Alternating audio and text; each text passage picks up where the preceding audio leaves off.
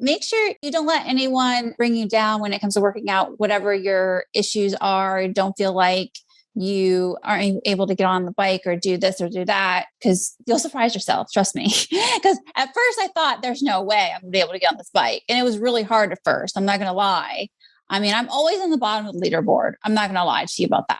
And nothing is wrong with that. Nothing. No. Because in my opinion, you're doing more in a day than most people do in a month or a week. So if you're getting on that bike or you're getting down the mat, you're doing something for your body, and it doesn't matter where you're at. I swipe that thing off. I don't compete with anybody. The only person I'm competing with is myself. But yeah, I definitely encourage people to not let anybody's opinions or anything get to them, and just do you. When you're on that bike, just do you, and you're the only person in that room, not anybody else. It's more than just your output, more than a bike. When you hear your shout out, you know it's all right. Put on your magic pants and let's go. We're cruising into the power zone. Clip in, set yourself free. Come on and take a ride with me. Know what you need to know and what's it all about. Everything you need, it's on the Clip Out.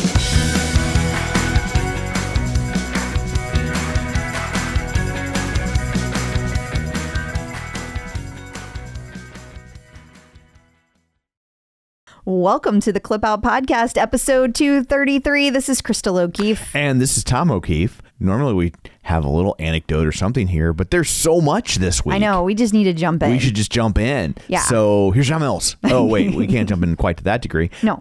But let's just jump into listing off what they have to look forward to in this episode. We're going to dig into what the heck is happening with the stock market. We're going to talk about new products, and we're going to, like, the Peloton guide, all the things around that. We're going to talk about the wearable that is shipping with the Peloton guide, because we've heard a lot about the guide. We haven't heard a lot about the wearable. Right. And we're going to talk about when other products are coming out, as well as we have a visit from Dr. Jenn, and she talks about how to use your competitive nature for good, not evil. And then we also have a visit from MetPro, and they are talking about like top 5 tips how to like navigate your goals, whether that be losing weight or just getting where you want to be. And then we also have a ton of stuff happening in the news. So we're going to hit all of that as well. Awesome. Well, before we get to all that, shameless plugs, don't forget we're available on Apple Podcasts, Spotify, Google Podcasts, iHeart, TuneIn, wherever you find a podcast, you can find us. While you're there, be sure and rate and review us. That would be helpful. And follow us so you don't miss an episode. We have a new review. Ooh. This is from Housequake 3121. 3121. I don't know what Housequake means, but I kind of dig it. I do too. It's like a fun, I feel like that would be a good band name. Yeah. It says fast-paced and fun. I never listen to long podcasts. Well, you do now. Yeah. Sorry. Yeah. We trapped you, sucker. 50 to 60 minutes, my absolute max for an episode. But this one is so well put together that it just flies by. Well, thank you. Thank you. Lots of interesting segments, plenty of variety, and the right mix of laughter and fun. This team really helps feed my Peloton addiction and gets me my fix when commuting to and from work as I catch up on old episodes. Leaderboard name is Zen Bob. So thank you. Thank you. Yeah, what a nice kind. review. Yeah. And it's also nice to hear, because sometimes we do get worried, like they do. Oh, I know. Sometimes they do get long, but there's so much that goes on in the world of Peloton. And we feel like if we don't hit it, then people are going to be like, you didn't talk about this. Why didn't you talk about that? That's what you sound like when you complain to us, in case you were ever wondering. All complaints are in that voice. That's what we hear. So every once in a while, I get a really, really nicely worded complaint where they're just like, hey, did you know this? And I'm like, wow, that's nice. But otherwise, it's just like, yeah. So anyway, so thank you very much for that. Also, you can find us on the internet, where I guess you can reach out and make that voice to us. You can say good things too. Sure. We love good things. Yeah, that's nice as well. Facebook.com/theclipout. While you're there, like the page and join the group. And also, you can find all these episodes on YouTube. YouTube.com/theclipout. All of the episodes exist there, or at least the last 80 or so, in full HD. They're now in color. They are, yeah. So we if that's forward. an added advantage for you, so you can see just how pale and Irish I am. And finally, don't forget our newsletter at theclipout.com. You can get all the articles and links and things like that sent directly to your inbox so you don't have to go hunting for them later. Right. So anyway, there's all that. Let's dig in, shall we? We shall. Run, lift, and live with John Mills. Joining us today, once again, via the magic of ZoomTube, it's John Mills. Hey, John, how's it going? It's going. It's happening. And you got your Fresh grandpa cut, lined shirt. up. Yeah, and you got your shirt on. You're all grandpa'd up. My line isn't really like this. That's fake. You know, the way they have to go. They got to go back. You know, they got to keep going back to make it right. At least you can still make a line. Yeah, well, I don't got a little bit. It's no, a little... I don't. My line's all the way back here. Well, my hairline's not receding. It's retreating. Is it marching right off your head? It is. Yeah. A couple of weeks ago, my barber pulled out a pencil. I was like, oh, it's time for the pencil. He pulled out a pencil. I'm like, no. One time I was hanging out with Hulk Hogan. This is my life.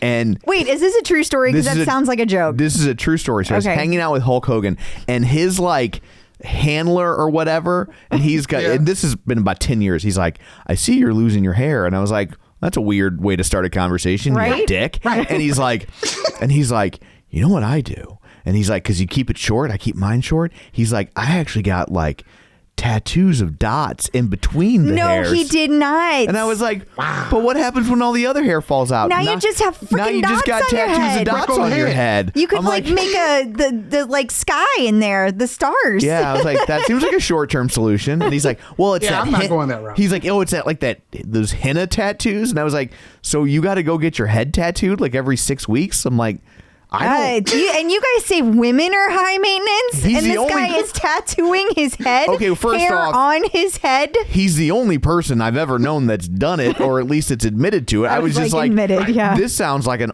awful plan. I would, I don't like that plan. I'll just lose my hair, but thank you. If that goes that far, I'm just gonna let it go. Yeah, I'm like, it'll be fine. Yeah. So anyway, I probably shouldn't have bored everybody with that story because like Smokey and the Bandit, we've got a long way to go and a short time to get there. There is so much stuff to talk about. We just got done talking about how we're going to go. Tight. We immediately took a left turn. Then we go into hairlines. I know. John's like, you effing hypocrite. Right? So I guess let's start off by, because we recorded right after the earnings call last week. I don't know if you can technically call it an earnings call anymore. Oh, dang. Oh, ouch. Dang. Did I... Bing. So the stock took a pounding. I haven't seen a pounding that bad since the last Tommy Lee, Pamela Anderson sex tape. Whoa, Tom. Bing. It was harsh. It was harsh. It's still harsh. Yeah. It dropped again today. Oh, goodness. We're in the mid-40s today. The mid-40s. That's the stock is solidly in wear a hoodie weather. I got water. Yeah, you need it. You need it. Yeah, drink it fast because at this rate, it'll be ice soon. Yeah. We're going to drop below freezing. Yeah. Oh, we're almost back to where we started this ride. Yeah. Well, they lost $10.4 billion out of the market cap. No big deal. Yeah. Just a few million. Yeah. Oh, I'm sorry. Yeah. Just a few billion. What's a few billion among friends? Billion. Yeah. Yeah. Woo. Yeah. It hurts a lot. It's a big drop. But yeah. Well, we know what the impacts were. We knew things were reopening, and then they said on the call that they misjudged the reopening effect and how consumers were going to react to that. And so, I mean, I guess this is what happens when you have an analyst call and you don't hit numbers. Yeah, I mean, Wall Street just looks at very specific things. They don't get. They never have gotten what Peloton is, what they're doing. I'm still long game here. I feel like I am starting to be in the minority. I feel like I am last woman standing. It's just me and my shares standing in the middle of the room. I'm like, no, it'll be okay. It's gonna be okay. I used to hold my shares like this. Now I hold them like this. Right, right here. They're right here. You're gonna go to the stockholder meeting. It's just gonna be two of you guys. It'll just be me and John asking questions. Right. Well, But John's got questions. I mean, I'm long too. I gotta be now. Yeah. And sell now. No.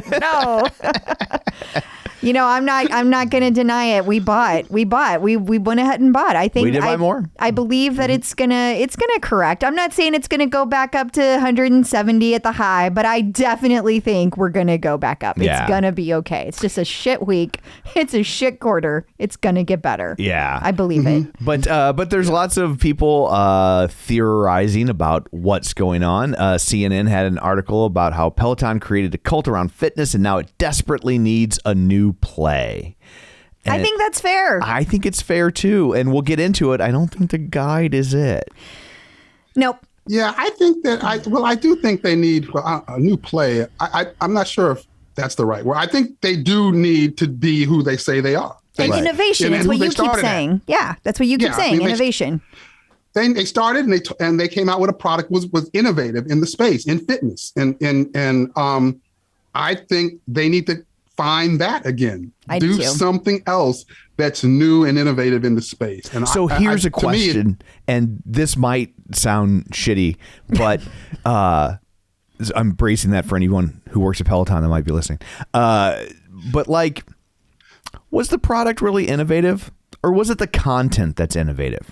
Right? At the end of the day, it's a bike with a screen. No. Like, I feel like it's the content that really turbocharged that company.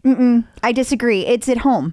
It's the fact that it's at home, and not just any bike could do that. It's not just the content. It's the delivery of the content. It flipped everything on its head. The whole freaking world is trying to copy Peloton, and that's because they brought shit home and they made it fun again. It was not just a home video. They made it in real time. That's content, though, right? That's not I agree necessarily with both of you. Yeah. I agree with both of you. I actually Take don't. a stand. I'm gonna be in the middle of this whole thing. But I agree that I mean, others had made bikes with a screen. Right. That's true. But I think the combination of the bike and the content and the leaderboard. I mean, I think a combination of that made it innovative for, when it came to market. And still today, I think that Peloton content is best in class. It is. I mean, absolutely. Yeah. It is absolutely best in class. That is one thing we can all agree on. Oh, absolutely. 100%. I just don't think, and maybe it's just, that's how difficult it is. I just don't think we've gone beyond that. Right. And maybe you can. I don't know. But I don't think we've gone beyond that combination that created the innovations.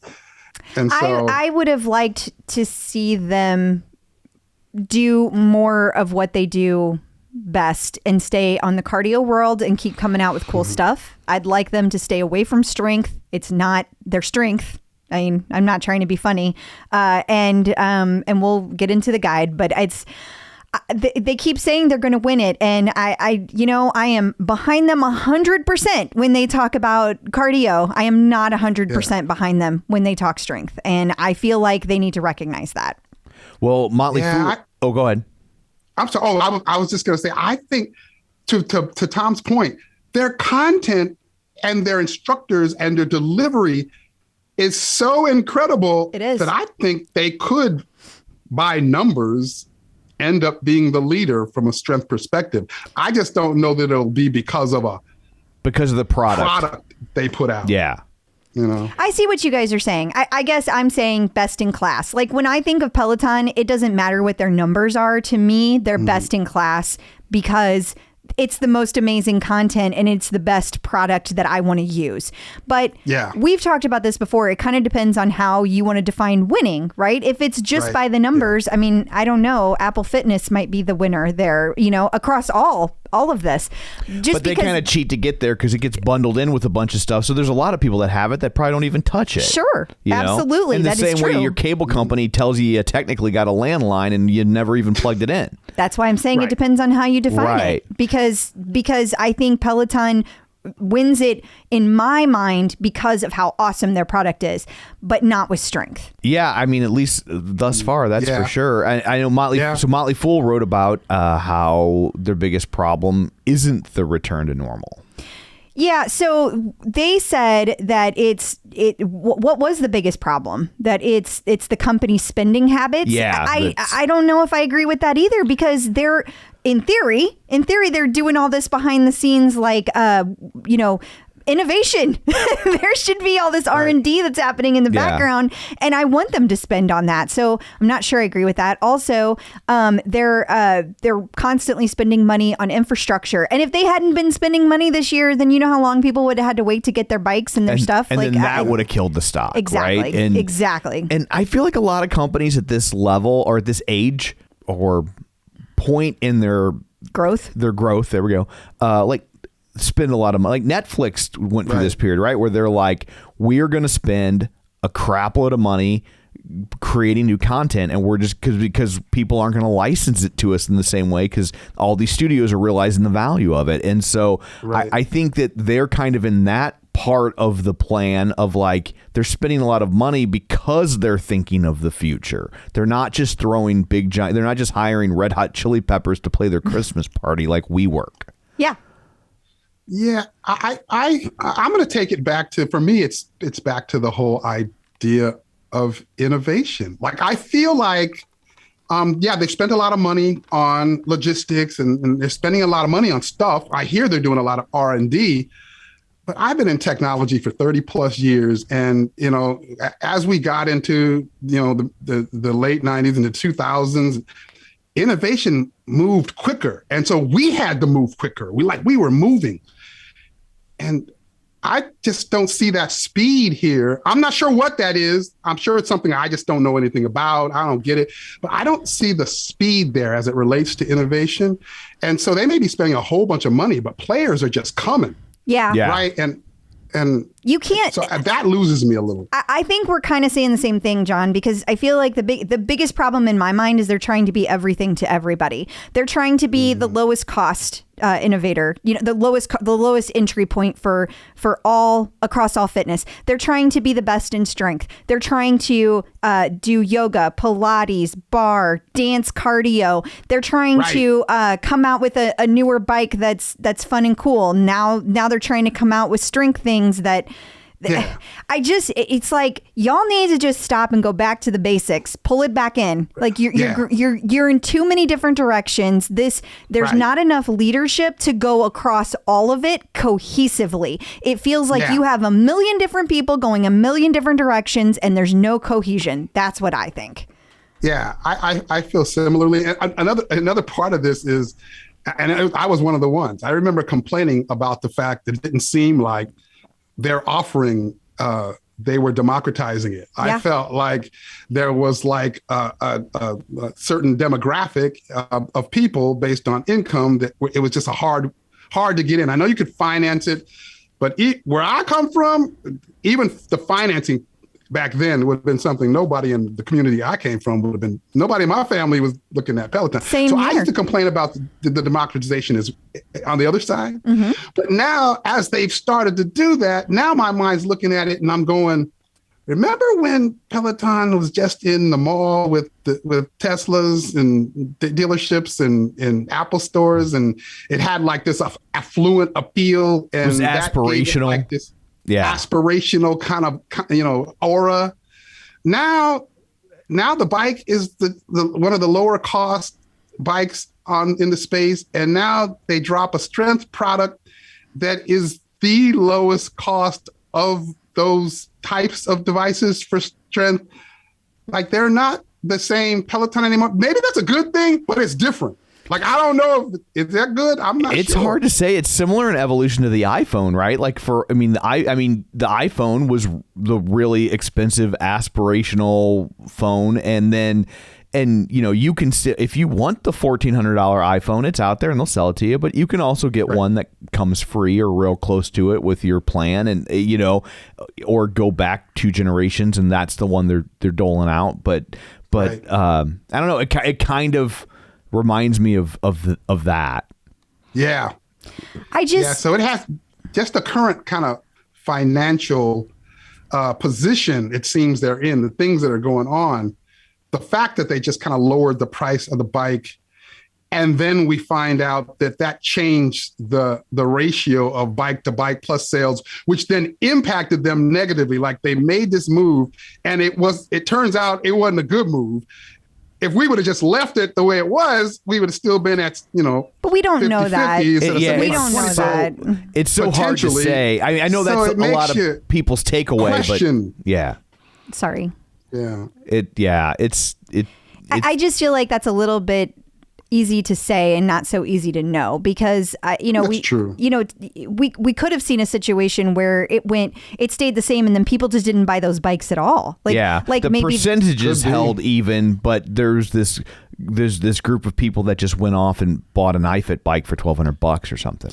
I think another thing that they're really struggling with is the cutting through all the noise, because I'm still seeing ads daily from all these competitors who are like, it's so much cheaper than the Peloton bike. And I'm like, what are we even comparing it to anymore? Like there's so many versions of your bike mix at Beachbody and there's so many versions of Peloton. What are we even flipping talking about? Like give me apples to apples. I feel like a lot of times they're not selling against Peloton, they're selling against the perception of Peloton. But my point is when you're sitting there saying it's $1,000 cheaper than Peloton and you're not explaining which model you're comparing it to, I feel like that's what Peloton is up against because, I'm the crazy diehard that reads everything about Peloton. I'm in the minority. Not everyone does that. I mean, what was it just on the OPP today that some guy bought a used hotel bike from Peloton that it was one of the ones that was out there for 2 seconds on the market. That was their what do you call it? They're like gym model. Or whatever. The gym model.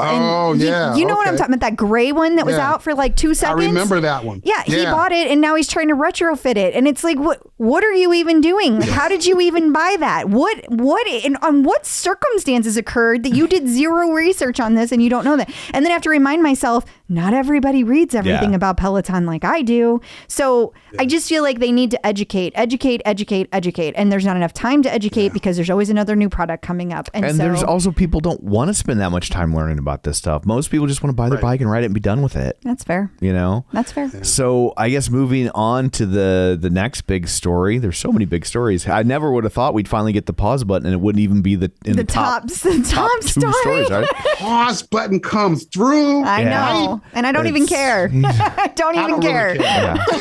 I do care. I care because I've been hearing people ask for that button for years. I know. Yeah. So I know. For that reason, I care. I'm like, okay, but they got what they wanted. That's true. Yeah. That's absolutely true. So Peloton announced their first, or not their first, but their next new product, the Peloton Guide. I can't even not shake my head as you talk about it. I'm upset about this. I'm upset. You start shaking your head before you finish. I'm just I'm already shaking my head. because guys, you came out with this price. It's $500. So it's $100 more than the Tempo Move. It doesn't come with weights. The Tempo Move does. And I'm just, and it doesn't even count your reps. It doesn't do any real form correction. It just lets you see how your form is. And as one person succinctly put it, so it's a freaking mirror. I'm upset. I'm upset. Your perspective is kind of what the Forbes article. That's what the writer is basically said exactly what you just said. But he positions it as, who knows? Maybe there is some version of form correction coming and rep counting, because how they talk to it is very vague. It is, which is not good. It's not good. I mean, I've seen people say, really, you're coming out at Christmas and you expect people, holidays, whatever, you expect people to hold off on this purchase. That's not going to be shipping until January, right? Okay. And yet you did not explain to me what it is and what it does and why I need it. And no, I mean, come on. They're better than this. They are better than this. I expect more. I'm really upset. I am legit upset. This is the worst I have ever seen them do. And they need to hear it. I hope somebody is listening to me because they don't listen to my feedback. And damn it, this is bad. This is bad. Okay. I'm going to try real hard to give an opposing position. Okay. All right. Let's Although go. I don't have an opposing position. But I'm going to try. It's like the McLaughlin group. Let me have it, John. Okay. So I know that Tempo came out with the move, right? Last week, right? And you're right; it's $100 less expensive, right? And it comes with weights and a little cabinet. But that thing is in a cabinet. It's kind of slick looking. It is. But that thing that's going to run you $39 a month. Yeah. And from a Peloton perspective, that just comes included in your All Access membership. And if you don't have All Access membership, it's just the same monthly cost as digital. That is true. That's like $26 less a month than the Tempo. I'm trying hard. Okay. Than the Tempo Move. Thus, if you just wait 6 or 7 months, you probably saved enough for those weights anyway. Okay, but did that work?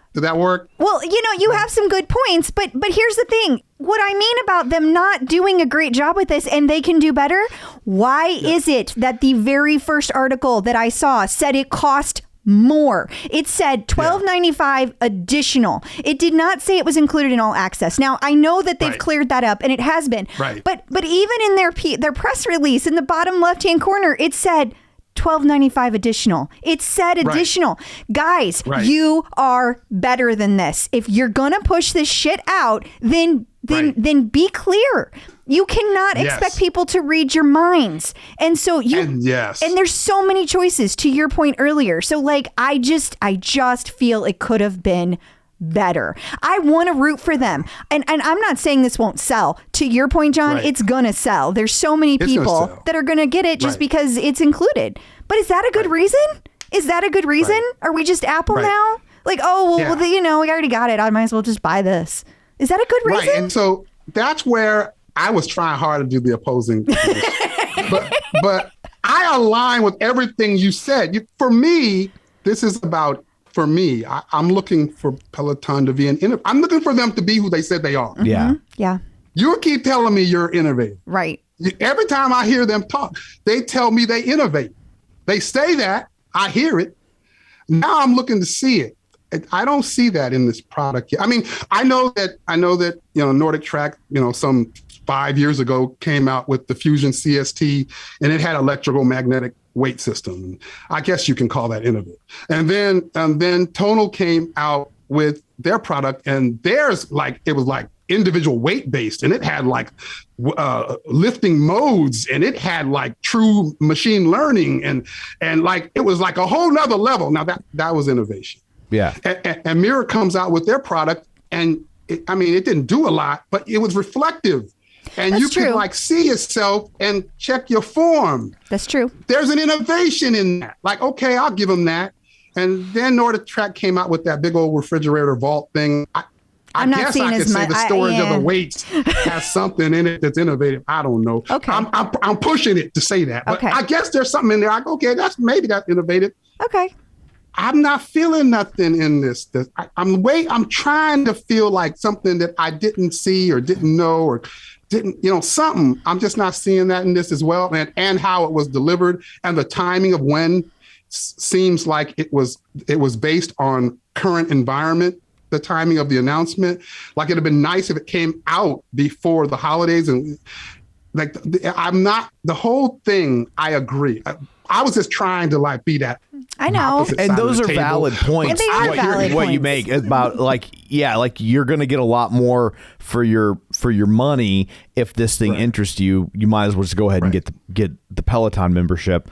But yeah, I think that they'll sell some of these because the price point is low enough for a lot of Peloton users that's not a lot of money for some of them, and it's already baked into your subscription so why not? But I also feel like it has to go on yet another device. It's going to go on a TV, and instead of necessarily on your bike or tread. So now it might live in another part of the house for some people. I feel like the only thing is stopping this thing from being the first Peloton clothes hanger is that it's too small to actually hold any clothes. That's true. Well, you know what? Also, it's just like the bike and the tread. They can push updates out to it. They can continue to innovate with the software. They can, from my perspective, it sounds like, I don't know, maybe it will do more down the road. I will say the things I hear is that this product is going to look a lot cooler and a lot different in about 12 months. That's what I hear on the street. I'm hearing that there are going to be things added to it that are going to be really cool. And so, that I am excited about that. I just think that maybe we should have just waited then. Like maybe that just wasn't the best time. I don't know. I mean, everything I'm hearing about this is just not that exciting. And I want to be excited. I want to run out and buy it. I want to be like, I got to have this. And I don't feel that way. I do want to mention one of the things that I think has been overlooked on all of this, including by me, is that the wearable ships with this. Peloton's first, new wearable, and I'm hearing amazing things about it. I heard that it goes on your forearm like a scotchy. Is that how you say it, scotchy? And that it's even waterproof to some degree, and that it's light years better than the original Peloton heart rate monitor. So I don't think you can buy it by itself. So get on that, Peloton. And I think that we're going to hear a lot more about it because they haven't started shipping yet. But I am hearing really good things about the wearable. And I don't think there's any innovation there either. But I do think it's a step in the right direction. There are people that don't want to buy an Apple Watch or a Garmin or another thing to wear. And this will be a really good option for them that's going to work across all Peloton devices. And so that will be a really good thing. I think the Peloton is going to be just fine. Like, I want to circle back to that. But I do think this is a miss, and they need to hear that, and they need to own it. They need to know this is not their best. And that's my opinion. So will you be buying one? No. I have a tonal. I don't see the point. Yeah, I have a tonal, and and I got literally, you guys saw, I just bought 100 dumbbells, 90s and 80s. Yeah, I mean, you don't need it. And I'm not sure. I'm not dragging those from the garage in the house either. It's hard enough to get them in the garage. So you can't, and you would have to put a TV in your garage, but you have a TV in your garage. You could do it. That's true. You could do it. I guess I could. I guess I'm just not buying it because it didn't seem impressive. Well, maybe you'll change your mind. You guys made me say it. You made me say it. Yeah. Take that. That. That means you agree with the stock market, because our final article for this portion is Barron's reporting that they unveiled the guide and the stock market went, and? Yeah, they did. They did say and in fact they showed their disinterest by sinking the stock market further after it came out. And I really thought the stock market would go up this week just because they came out with a new device, even if people weren't super thrilled about it. But no, that is not what happened. That is not what happened. But also, it's not just, it wasn't just a Peloton dropping. It was after that earnings call. But over the last couple of days, Nautilus has been dropping. That's true. They had an earnings call too, and theirs wasn't all that great either. And so has Beachbody. So I think some of this is just relative to the concept of things are reopening. Planet Fitness, they've been up. That's a good point. Good point, John. All of these reopening stocks are up. All of these, pandemic stocks are I think so. Some of this is relative to that, but I can't help but also state that some of these decisions I got to assume, and some of this reporting I got to assume is a part of Peloton's challenge as well. Absolutely. So, one other thing that I do want to mention for people who are listening, that, I am hearing that the rower, which has been long anticipated, is coming out next year. But I'm also hearing we are going to get an official announcement at Homecoming. That's what I'm hearing. So, that gives people a little bit of a time frame, because I know a lot of people have been holding off. They've been waiting for years. And I think that people are going to be a lot more excited about the rower, because we know that the content will be awesome. And I think that will be something else that is exciting to people. Remember at Homecoming this year, it was announced that we were going to get a pause button. Oh, yeah. That happened. Yeah, now we got it. What was this, 6 months later? It was weird that they told us. I guess it just wanted, I don't know. I can't explain that. They said later this year, it was always the plan, but I don't know. I don't know why. Why did it take 6 more months? I don't know. It's just another element of speed of progression and innovation that keeps kind of pinching at my neck. So you've been in IT for a long time. Is it possible that as the system gets more complex, it just slows down innovation cumbersome. because now it's just so big and it's difficult to work within it now? Is that a thing? Absolutely, but absolutely. But how do you compete like that? I don't know. That, you know, I got you. I mean, you're absolutely right. Things get more complex, and you have to be more intent about how you test and how you manage projects. Absolutely, you got to be a little more agile. But I mean, that's how it works. To compete, you got to adapt, and so that piece loses me. I don't get it either. And people keep saying, well, they just need to buy Tonal. Well, guys, Tonal's doing just fine. Tonal doesn't want to be bought. Yeah. You missed the boat if that's what they wanted to do, especially when you publicly say things like John Foley said, and I love John Foley, but I have never agreed with the statement that there is nothing impressive in the market right now. Tonal's fucking impressive. Excuse me. I mean, you don't have to like it or want to buy it, but it's not true. It's simply not true. Like, much as I feel like Peloton, the bike, was amazing and like the coolest thing ever, I feel the same way about Tonal. And I think you're fooling yourself when you don't admit that. Someone jumped on me today in my group. Uh-oh. I was trying to defend the Peloton, the guide. The guide. I was trying to defend it. And I was going, well, you know, it's the most cost-effective strength product in the space now.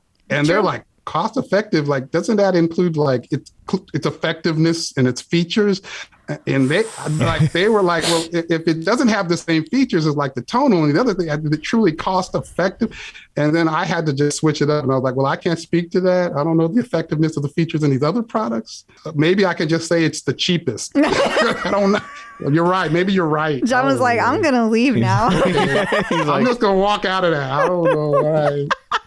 I feel like, and I know Peloton will hate hearing this, I feel like the guide sold a lot of Tonals this week. I think it did. I think there were a lot of people that have been looking at that Tonal and like, but I'm already in the Peloton ecosystem. Let me see what they're going to give me. And they saw this and they were like, guess it's time to buy a Tonal. But I'm hearing there's going to be a Tonal-like device 2023. Like, it's coming. But is 2 years? Really? Yeah, I'm hearing that. I'm hearing Peloton is coming out with a device that is Tonal-like. It's going to have, you know, the arms and things, but we're talking 2023. What's interesting about that is Nautilus said in their earnings call, they purchased some company, and I can't remember the name of it now, but they're projecting out and they're saying sometime, I want to say next year, that they're going to be getting into building in more machine learning and AI into their products based on this purchase. And I was thinking, oh, well, wait a minute, all these companies kind of are building that in now. And now Peloton's in that space as well. But Nautilus is going to be a little further out. They're just a little further behind. They're trying to get there. This sounds like that. Like, you know, Peloton's trying to get there, but it's just going to take, they're just a little. You know, when you're not the best, sometimes you got to put the ego aside and just join forces. And that didn't happen here. I don't know. Maybe I'll be wrong in the long run. I don't know.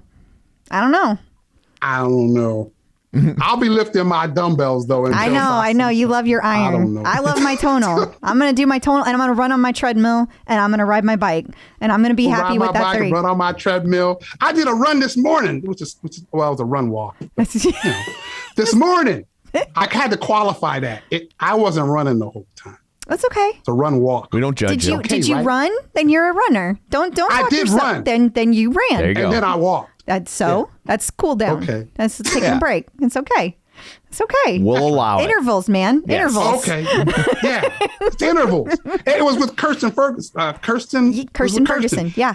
Love her. And she's so funny. Yeah. She's so funny. Yeah, she's playing some good music. So Yes. I was glad I could walk, because then I was trying to sing and I can't really sing. I know I definitely can't sing running. I know you don't like country, but you should check out her country run. It was pretty epic. It really was. Oh, okay. It really was. He's It might like, be a good thing, okay. because I won't know the song, so I won't be trying to sing. That's true. That's true. I don't know the stuff that like the hip hop stuff. Like I don't know it. Like I'm like sometimes I literally will stop and be like, what did they just say? Like I have to hear the lyrics because I'm like I'm a lyric person. I'm a lyric driven person, and so like if I don't know the lyrics, it's hard for me to get lost in it.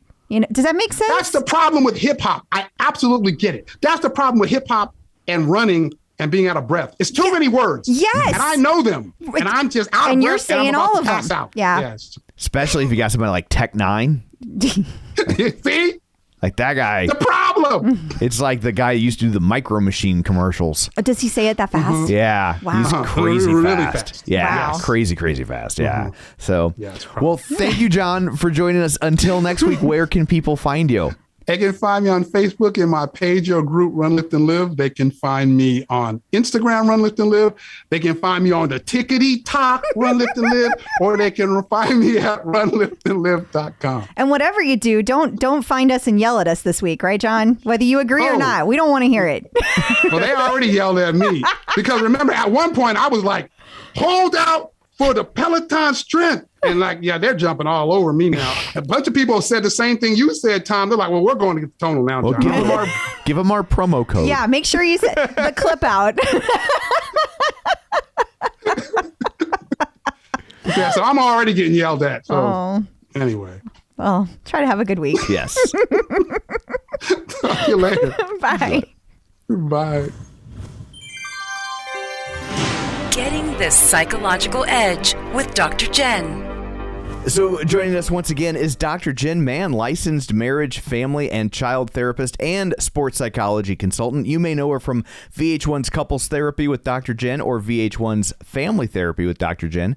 She also has a long-running radio show, The Dr. Jenn Show. Plus, as if that's not enough, she's written 4 best-selling books, including The Relationship Fix, Dr. Jenn's 6-step guide to improving communication, connection, and intimacy. It's Dr. Jenn. And I just can't get off my Peloton bike. She's literally on her Peloton bike, and we have her on camera this week. And so if you want to go to our YouTube channel, you can see Dr. Jenn on her bike. Yes, she owns one. I guess now you own 2, right? So I own 2. Yeah. So she can and 2. I didn't know it was 2 treads. Yeah. Oh gosh. She I don't think she fully understands how stereo works. That's not what they mean by the 2 channels. But given your background, I would have thought that you'd be hip to that. But anyway, you can also see you're giving me the stink eye, which is always fun. And she's gonna hang up. Yes. So okay, I adore you, Tom. I'm all in. And look, if I get really stressed, I can just start writing. Yeah. There we go. If he ticks you off, just if you start writing, we know that you're stressed. Okay. Yeah. Well, this first question that we have from the Clip Out community is from Barbara Lom. She goes by the leaderboard name Lake Norman Ryder. She says that the Peloton bike has shown her she can be exceedingly competitive. She says that that's surprising in her 50s that she's just now figuring that out. She enjoys hitting new PRs, but she is embarrassed by how motivating she finds silently passing unsuspecting leaderboard names. She I'm sure you've passed me many times. Same. She says she's not an athlete, yet she finds herself disappointed when she does not finish in the top 10% overall or the top few women in her age group, even though intellectually she knows and so appreciate that the Peloton community is about collaboration rather than competition and that all bikes are not created equally. She is emotionally perplexed how compelled she is to keep my external facing stats as shiny as possible. There's a lot of big words here. My inexplicable disappointment of lowering my average output on my profile that I acknowledge nobody but me ever looks at or cares about often derails my training plans by converting a needed recovery or cool down ride into a competition and enticing me to ride when I'm not feeling 100%.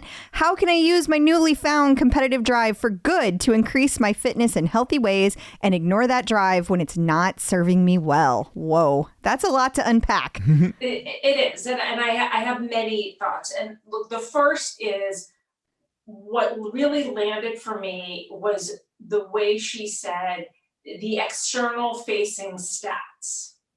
And I can't help but wonder if the external facing stats are a priority in her life in other areas. If she's caring more about what other people think of her accomplishments, the way she looks, maybe the way she dresses, the way her family looks, the way her home is, that long list that we, especially as women, tend to have. And if this is just a metaphor for something she struggles with in other areas of her life.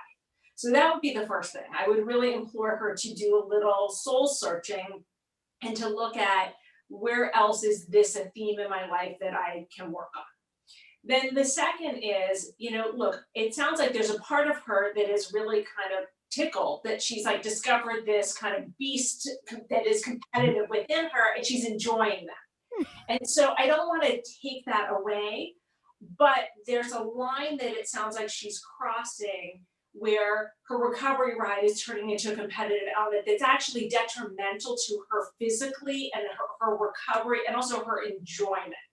So what I would recommend for her is to carve out specific workouts that you allow yourself to be competitive on. And then have other ones where maybe you hide the leaderboard or you put a towel over your screen until you're done, or find some way to make it about the process. And I would really encourage during those particular rides that those be almost centering meditative rides, even if they're hard rides, that you really kind of tune into your body and what is my body needing right now, and where are my muscles tired, and where do I have the lactic acid buildup, and where am I feeling like I actually may need a rest, and give yourself that. And I think that that's also a good metaphor for your life in general. I think that a lot of us, especially I think in the Peloton community, where we tend to be a little on the type A side, not that I know anything about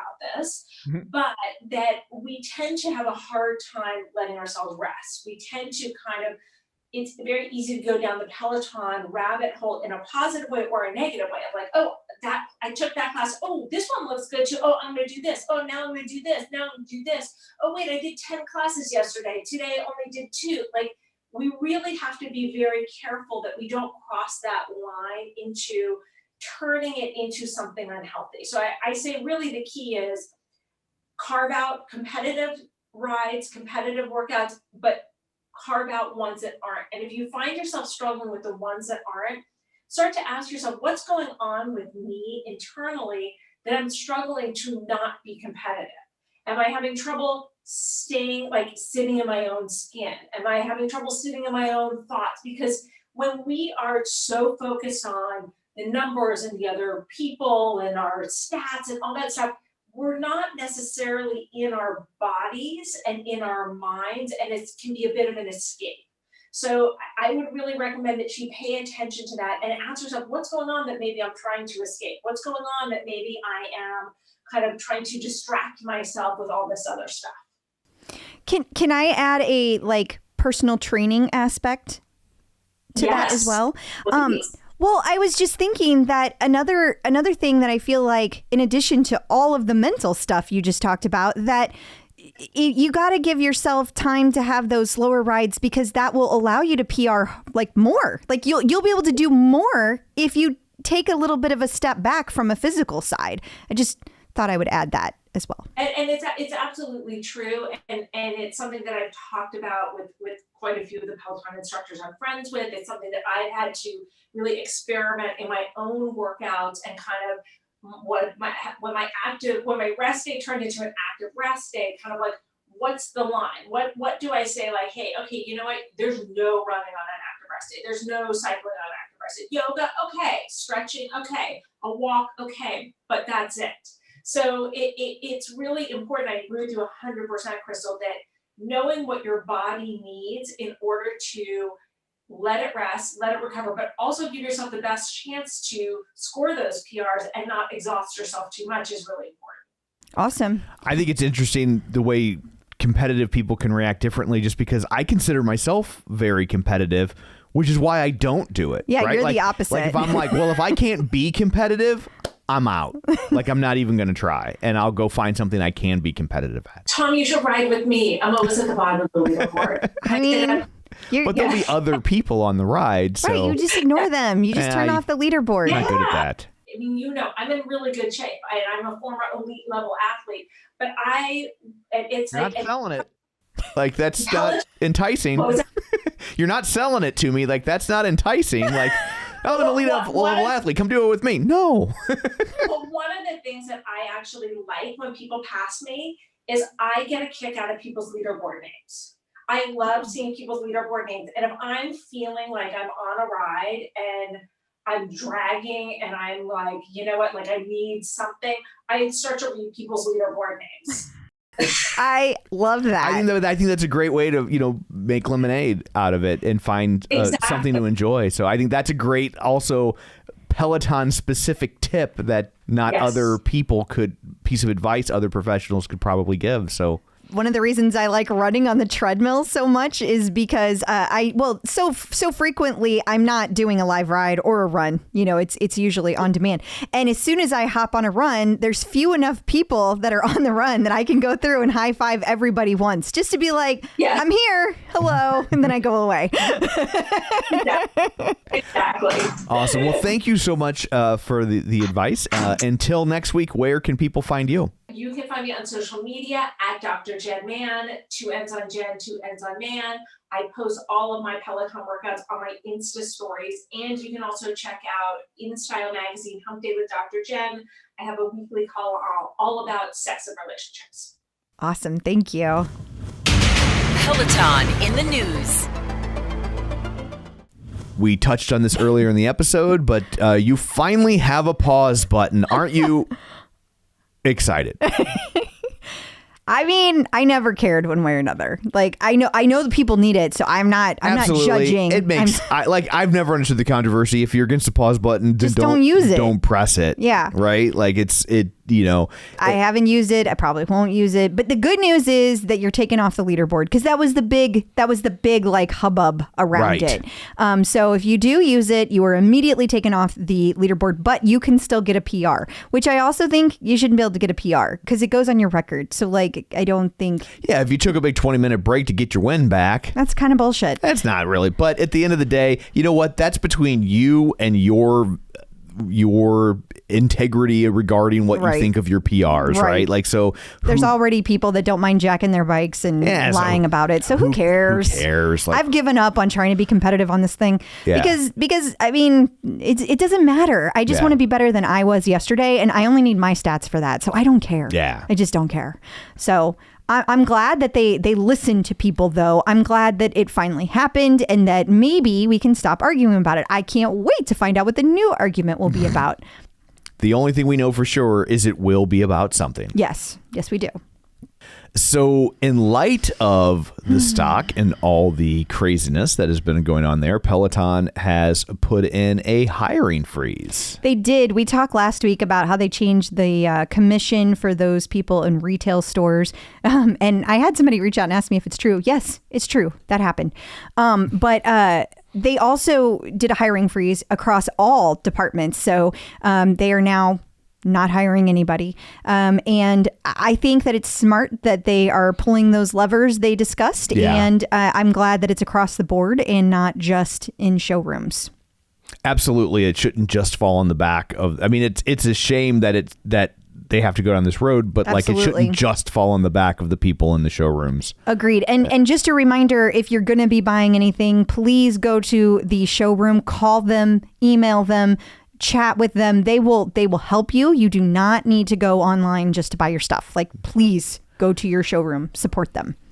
And file under, and the hits just keep on coming. John Foley is no longer a billionaire. They actually came to his house and seized his top hat and monocle. They did. They took the monocle. Scrooge and McDuck will no longer return his phone calls. It's been an awkward time. I kind of feel bad for him because when I posted about this, everybody was like, "Oh, poor baby." Yeah, you know? And it's not like he was going around complaining. I mean, and at the end of the day, like, I mean, we're just having fun. But as for our UK listeners, we're just taking the piss out of him. But like, it's not like he ran around like, look at me, I'm a billionaire. No. And now it's like he was a billionaire on paper, and now he's not a billionaire on paper. He's just really effing rich on paper. Now he's just a millionaire. I'm sure nothing really has changed much about his day-to-day life. Agreed. Is my guess. Agreed. Of course, then... But the very next article is John Foley sells his house in the Hamptons. I can't imagine that this is related. Like I feel like he just, whatever reason, I don't need a house in the Hamptons anymore. Like I don't think that happened. And the next day he's like, start selling things. No, but news cycle wise, it doesn't look great. It doesn't look great. Yeah, but it's his house in the Hamptons. It's not like his main residence. Right. And even if times were hard, now he has $4.5 million whenever he sells it. So yes. He'll be fine. Yeah, really, it's a really good time to sell a house. It is a good time to sell a house. I feel like there's never probably a bad time to sell a house in the Hamptons. I think that's true. But it's probably even better now. So it's, yeah. And of course, I'm assuming it comes with all the Peloton stuff, right? I can only assume. Yeah. It's everywhere. He's trying to sweeten the deal. He'll throw in a guide for free. No, he won't. They don't start shipping till January, Tom. He promises he will ship you a guide when they're there you available. go. Also, Peloton announced this week that they will be requiring all their employees to get fully vaccinated. Yep. Anybody who lives in the United States or Canada has to have their second shot by December 24th. Now, if they live in a city or state that prohibits vaccine mandates, then they are exempt. But Peloton is still encouraging that they do it regardless of location. And my understanding is that even if they don't, they still have to get testing done. Yeah, I think that's how most businesses are handling it, that it's like, well, if you don't get the shot, then you're going to get tested once a week or every 3 days or something like that. So, yeah. Peloton has released their new holiday commercial. Yeah, I really dug it. It was kind of a Scrooge-like character playing a Santa, and he's wearing Peloton gear, and the more he exercises, the jollier he gets. And don't forget, hella swole, my favorite quote in the commercial. I thought the weird thing, though, was when Jacob Marley bought him the Peloton without him asking for one. I thought that was a nice nod. Peloton's all like, oh, man, I remember those controversies. Right? They were great. Yeah. Is this the guy from Netflix's Love? And he was also on Fleabag? It is. People have been telling me left and right we need to get him on the show because, yes, he is a known person. He plays such a great dick. He does. Oh, my God. His role in Fleabag, I wanted to punch him in the face. Same on Love, which if you haven't watched Netflix's Love, yeah. It was such a good show. But yeah, so good. People love Peloton. People love apparel. Mm-hmm. People love threesomes. And so here we are with a 3-way team up. That's true. It's checking all the boxes. It is. It's Adidas, it's Beyonce, and it's Peloton. 3 great tastes that taste great together, I guess. Okay. No? I don't know. It's kind of weird with the threesome joke, but we're going to move on. So this came out today, and it's very polarizing. The colors are very vivid, and if you like lime green or highlighter yellow, as my daughter says, then this is up your alley. It's called Shock Slime. And Shock Slime? Yes, that is the color. Okay. That is the color. So apparently it's a 4-way. Nickelodeon is now involved. And but there's like something for everybody. There's like kind of a black and yellow set. There's an olive green and yellow set. There's an all yellow set, an all olive set, and then they have a couple of gender neutral drops that are black and yellow, and then there's one that's there's just a few like t-shirts and stuff that are gender neutral. But there's also a Ultra Boost, pair of Ultra Boost shoes, which I love. Does it make you jump more or something? What's that do? I mean, Robin wears them, so. Oh, I just was like, what are they boosting? They're my favorite tie-dye shoes that I have. They're Ultra Boost. Okay. I love them. These are olive green though, with the Shock Slime accents. And my daughter told me they were ugly. So I didn't get them, and they are now sold out. So that was... So you're like, she better be right. She better be right. They better actually be ugly. I mean, I was having trouble because it's not like... The thing is, I didn't think they were necessarily like hideous, but I don't really have anything to wear with them. Yeah. Like, it's not like I have an outfit, even one outfit that I could justify. So, but a lot of people have, and it sold out very quickly on Adidas's website, and some pieces sold out pretty quickly on the Peloton website. So dropped today, and it went very well, very well. I saw someone post in the group, and I apologize for not remembering your name, but it was about apparel, so I don't really care. But about the topic. And yet here we are. But here we are. I'm still talking about it. So that Adidas sent out an email with links before anybody else did, and so a lot of stuff was gone before the non-Adidas crowd Only on the Adidas website, though. Okay. Like, there was still plenty of stuff in the Peloton store. Oh, so it was sold out on there. Okay. I mean, there was still plenty in the Peloton store, so I kind of felt like that Adidas was pushing it on their website, and that's why they sent out those links. But it was still out on the Peloton website on time, and there was still plenty of stuff there. Now, as the afternoon wore on, it did. Some of the things started to sell out, but it was fine. It was fine. And I looked this morning. There was stuff that was already sold out in the UK and in Australia this morning, like when I logged on. So, wow. So things definitely did sell out fast. But what you gonna do? Yeah. I mean, I had a feeling it would. I did warn everyone. You did. Guys don't listen. They don't. At least some of them. Yeah. So Shape Magazine, past guest, last week's guest, Michelle K, has a review of the guide. I guess she's been using it behind the scenes for a bit. And so she has some Can you thoughts. believe she didn't spill the beans when she was just talking to us? Well, I'm sure she signed like a 45-page NDA. I'm sure she did. I'm sure she did. We'll give her a pass. Yeah, I guess. Yeah, but she was very, very happy with it. She felt like, it's going to do a lot for strength, and that it has a lot of benefits. And, one thing that we didn't talk about when we were talking about with John earlier, one thing about this, and the Tempo Move for that matter, is it's great for small spaces. That's true. It is very compact and not, and so like, especially if you live somewhere where in an apartment, like in New York City, right, you don't have a big wall that you can stick a tonal on. This is a great alternative. I forgot to say that, and it is a very fair point. Yeah, and we do forget that. We make fun of living in the Midwest, but one of the things you get is space. Yeah. So it's not something we really think about because we do have space, and so we don't think about not everybody has that. Right. Or they live in homes that are like older, because there's so many older homes, in the colonial area. They were built like 200 years before anything we have here in the Midwest. Yeah. And so they have different materials that they used, and you can't always stick a tonal on those either. Absolutely.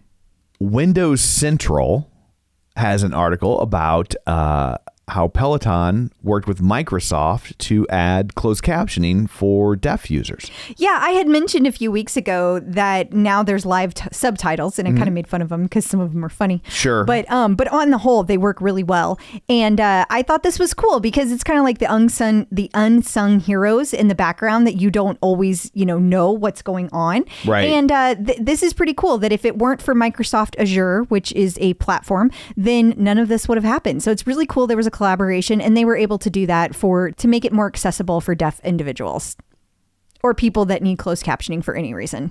So eMarketer writes about one of the things Peloton is complaining about in terms of why they feel like maybe they've seen some drop in sales is that Apple has made some changes to their privacy settings, which makes it harder to do what we refer to as remarketing. Yeah, which I find funny because I did mention this last week when we talked about it. Yeah. Because that was really the gist of why Apple came up in context of the conversation during the earnings call. Yeah. And people seem to really be focused on this. It's like they're upset that like, oh, Peloton can't remarket to me. So, and I get it on the one hand because like, but like all companies are saying this. It's not just Peloton. Right. Like, and it's really Apple, like we have all this data and it's worth a gajillion dollars. And so we're not just going to let you access it in the same way anymore, which is, I don't know. I'm not sure how I feel about that in terms of like,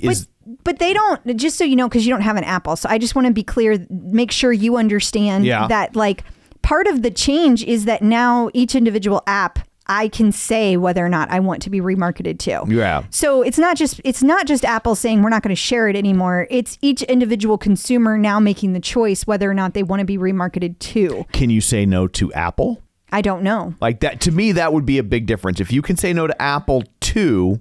You can say it on every single app. Okay, I'm just, and just to tell people how little I care about this, like I say yes to almost all of them. Yeah. Because I don't care. Yeah. Like it doesn't bother me if they know where I'm going. I'm not doing anything that I'm upset about. Like I go to the stores I go to, and I don't care if things are directed at me. I'm such like a marketing guy that I'm kind of like, well, if I like this company, I want to see what else they're going to sell me. Exactly. That's kind of how I look at it too. Like it actually saves me time. So I just don't. Well, I guess I am too. But we're not a whore with a W. No.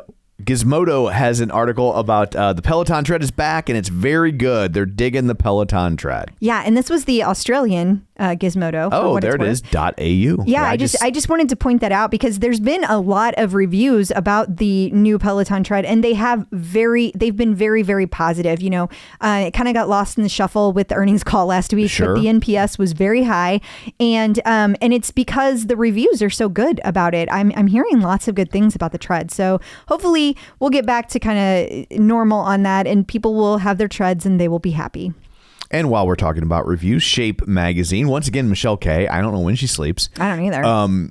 But did a review of the Bike Plus. I guess they just went ahead and threw a guide in the box as they shipped that over to her. But she has a review about the Bike Plus, and she was digging that too. Yeah, as she just seems to love everything that Peloton, which I don't blame her. Yeah. So yeah, most people know about the Bike Plus, but it's got lots of things that the regular bike doesn't, and so she highlights them in the Shape magazine. If you want to read it, Tom will send it out this week whenever he sends out the newsletter, so you can see all of the highlights. Oh, so much pressure. I know. Now you got to do it. The Coop Out. Joining us once again from MetPro to answer your nutrition questions, it's Angelo. How's it going? Hi. Guys, good to see you again. Good to see you too.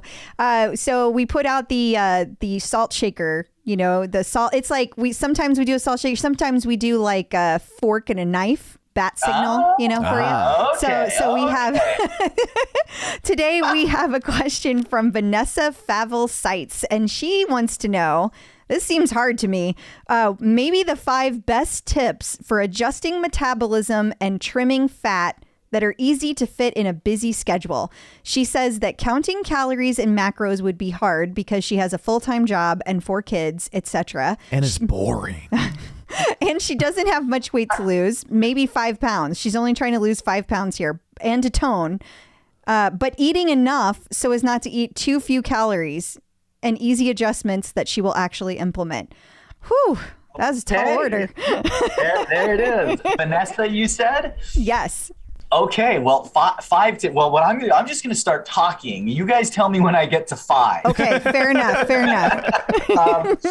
Okay, so here's what I'll do in this case. So I'm going to have to extrapolate a little because I just made this comment. I don't know whether you're a 350-pound power lifter or a 110-pound ballerina or anything in between. So enough calories to not lose muscle is very subjective. But what I can do is let me give you kind of my top, disruptive behaviors. And so here's the trick. And hopefully, Vanessa, this is kind of what you were looking for. You're not wanting necessarily a bite for bite manuscript meal plan like we might do for a client, but you want give me a best of strategies, help me stay toned, but take off another 5 pounds. The key is all going to revolve around time management. Maybe you weren't expecting me to say that, but that's the number one thing that I talk with my clients about. This preparation. They know. Number one thing, preparation. And if you have, in fact, let me see if we can do this like someone's grabbing the cane. I have my handy dandy clipboard. I so happen to have 11 disruptive behaviors listed on it, as this is one of my seminars that I give. Number 1, you can't make this stuff up, folks. Prepare your afternoon snacks. So if I had to pick one disruptive behavior to rule them all. Prepare your afternoon snack, but there's an asterisk. You have to prepare it in the morning. And here's why. Because if you wake up in the morning and you prepare a clean afternoon snack, we're going to get 2 for the price of 1.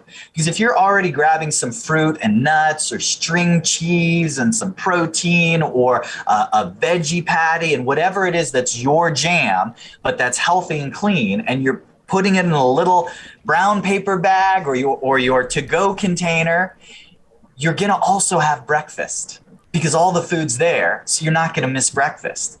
And then because you've prepared it and you set it aside, and nobody likes rotting food in a brown paper bag, you're going to eat it because you don't want to bring that disgusting thing home, right? So I'm going to get 2 for the price of 1, because if I get breakfast and I get an afternoon snack, you know what else I'm going to end up getting? I'm going to get lunch, because you're not going to make it all the way from breakfast. You eat breakfast, your metabolism speeds up. You're not going to make it all the way to the small afternoon snack, but you promised me on air that you're going to eat that afternoon snack. So what's going to happen? You're going to get a reasonable lunch. You're not going to overeat at lunch because you know you have an afternoon snack coming. And if you have an afternoon snack, that means you're not going to have low blood sugar and eat everything in sight at dinner, which means you're more likely to get a good dinner, which means you're less likely to eat Doritos after dinner. You see how that works? I'm just knocking them dead. Winning, right? Okay, number 2. Don't exercise. What? Until your food is prepped. Okay. Phew. Don't exercise until your food is prepped. That's a rule I actually have to impose for some of my clients. Really? Because it's that important. And it's not that I don't want exercise. You guys know this.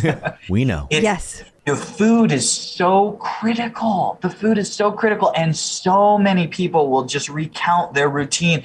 And I wake up every morning at 4:45 so I can get to the gym at 5. And it's 2 hours out of the day. And they work so hard and they get there and they wait in line for the piece of equipment that they want to use. And then they wait in line for the shower that they prefer. And then they change and they have to drive home because they forgot something before they go to work. And it's such a big rigmarole, but I want to do this for my health, and I want to lose weight, and I want to be healthy. So I'm doing all this workout. Hey, what are you having for lunch? Oh, no clue. Yeah. I really do all of my food prep on the weekend for that reason, because I know the week is going to be too crazy. It's not going to happen. It's not going to happen if I wait. That's it. And I do it because she's doing it. So I'm like, well, I guess I might as well come in and get in her way. Yeah, we really need another scale. We need another food scale. Yeah. It needs to happen. So number 3. Okay, number 3. I'm going down my list here. Okay. When you plateau,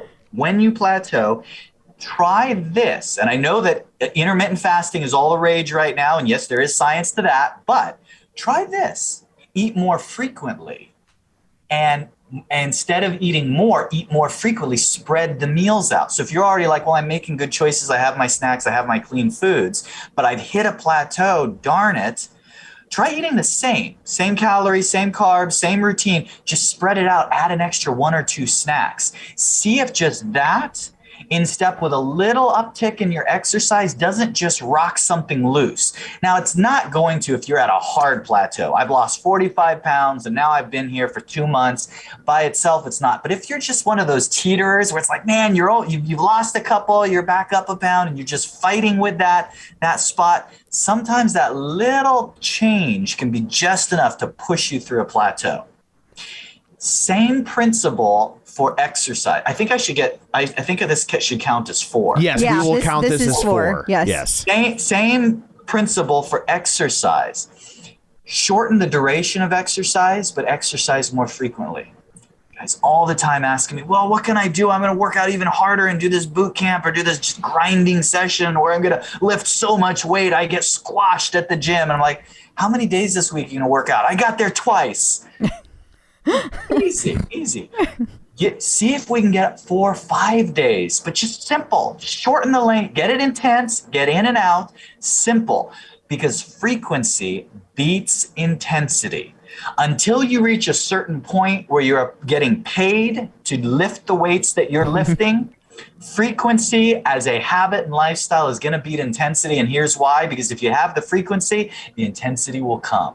If you have the intensity, there's no guarantee that the frequency will come. I used to have a bag set aside as proof of that in the gym for people who can show up after not working out for an entire year and work out intensely. We would call it the throw-up bag. Frequency does not have to meet intensity. So, okay, number 5, last one. Long-term values are better than short-term goals. So I can give you all of these hot tips, tactics, strategies, but at the end of the day, long-term values beat out a short-term goal. Here's a short-term goal. I have a high school reunion. I'm getting married. My best friend is getting married and she wants me to wear that. All of these things, short-term goals, great. But what happens the day after? Where are you at 3 months, 6 months? If we move the dial an inch on your value system, now you own that. That's permanent. When I work with younger ones, when I work with teenagers, kids, I can't tell you how many parents I've had come to me, hey, will you put Julie on a diet just for this summer? We want to take off a quick 10, help her out, and then, we'll revisit it next year. No, probably not. And here's why. Here's what I will do. Over the summer, let's get her to fall in love with healthy foods and an activity that she likes that will get her moving. Why? Because at that age, that can parlay into a value that will mean something the next summer and the summer after it. Otherwise, the only thing that 30 days is going to do is she's going to remember it as the summer that mom and dad made me eat this and not do that. And it's going to actually move the dial away from a good value in some cases. So the same principle applies to us adults. Long-term values. And if you use short-term goals, tips, tricks, and tactics to get there, more power to you. Awesome. Well, There's that is 5. We were counting. Yeah. We need a little bell to ding. Yeah. But well, thank you so much. And if people would like information like that tailored for their own fitness goals, where can they find you? MetPro.co/TCO. Awesome. Thank Love you. to talk with you. Instructors in the news. How busy of a week is it? We're just now talking about Dancing with the Stars, which is kind of refreshing. It is. Yeah. I'm ready for Dancing with the Stars to be over. Yeah, I hope he does well. I'm not rooting against him. No matter what happens from here, he has done well. He has made it to the semifinals. That's fair. So, but I'm just saying, I'm not rooting against him. Oh, no. I'm just kind of sick of talking about Dancing with the Stars. Yeah, it's just not our thing. It's just not our thing. But I have to say, I really appreciate the gentleman, Mr. Cochran, who contacts me every Monday and makes sure that I'm watching and I know what is happening, because without him, I would be so behind on Dancing with the Stars. Yes. So he keeps me on track and I need it. But basically, they did really, really well. They got 2 10s this week, which is their first 10 from Lynn. They got really high praise and 2 9s. And that was during their first dance where they did the Paso Doble. And they did an excellent job. I thought Cody killed it. And then he was very relaxed and very natural. And then they did the dance off, which they did not get the bonus points for, but they were still saved at the end. And they were pretty emotionally happy about that. And I don't blame them, because Olivia Jade went home this week. And I didn't know that was going to happen. I did not know that was going to happen. Also, what a spicy title. At least it wasn't for cheating. Yeah. Olivia Jade gets voted off. Dang.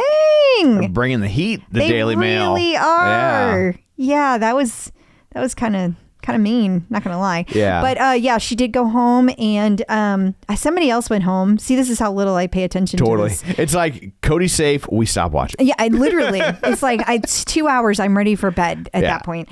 Cinnamon Bland writes about how some people are not happy that Cody keeps making it through. Yeah, they're angry. Like it's on Twitter. They're lighting up Twitter and they're saying things like who are these people voting for Cody?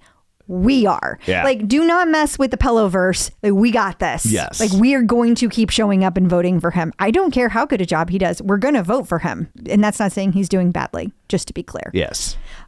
Also, in case you missed it, the Dancing with the Stars on November 13th, somebody just sent this to me. They're going to be out in Hollywood where you can actually go see the last couples, all of the couples, and you can learn some dance moves with them. So JoJo Siwa will be there, Jenna Johnson, Amanda Klutz, Alan Burston, Cody Rigsby, Cheryl Burke, Iman, Daniela, Melora, and Artem will be there as well. And so anyway, yeah, you can hit that this weekend. So if you happen to be in West Hollywood, it's only $25. That seems like quite the bargain. It really does, to see all those people. I thought that was pretty cool. Absolutely. Ellen Blomberg sent that to me. Thank you, Ellen. Yeah. If anybody gets to go to that, please let me know how it is. I would love to hear. And then finally in our Dancing with the Stars segment, Page 6 had an article just about how Cody Rigsby contemplated quitting Dancing with the Stars. Yeah. And you know, Tom, your instincts were correct. You thought that this would be about his COVID journey, and it was. Right in the middle of that, he thought about quitting. He talked to his boss, and his boss was like, Cody, you need to just keep going. And in a few weeks, this will just seem like a memory and you'll be past it and it'll be fine. And here we are. Ta-da. And he's so glad that he stayed. He was like, it's just a moment. Your brain tries to mess with you. We all do it. So good for him for taking his own advice and saying it's not that deep and sticking with it. Shape Magazine, Michelle K. Okay, Michelle. We get it. You can write fast and well. Has an article about Tunde is now partnering with Nike. Yeah, and Tunde was so pumped about this because you got to remember that Tunde was overweight as a child, and she was always the last person picked or the person that people refused to have on their team. She has gone from that child to repping Nike. That's awesome. That is pretty awesome. That is awesome. That is what you call she's met her dreams. Absolutely. That's fantastic. And she should be proud of that.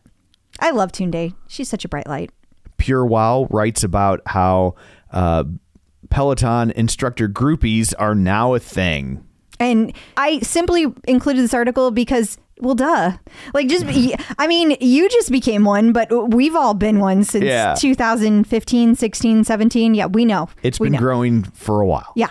Glad you joined it. And I'm glad you're a groupie. And I hope that you have fun. But yeah, I was just like, we can write articles about this? Mm-hmm. Well, sure. It's the internet. You can write an article about whatever you want. That's true. It was a really long article, too.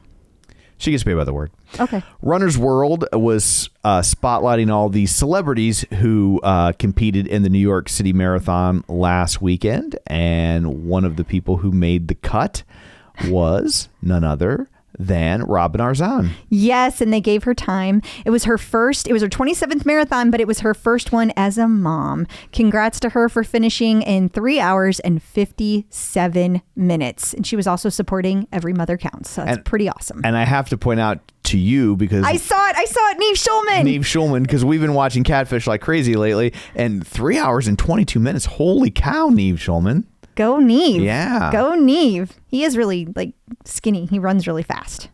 Clearly. Yeah.